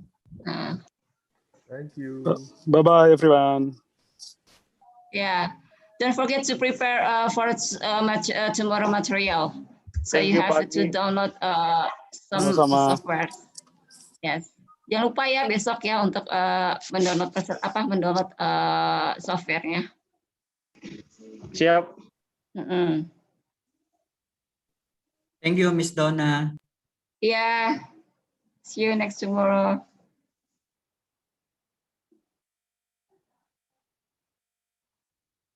Please, Pasio. I'm co-host right now. I can't end the meeting.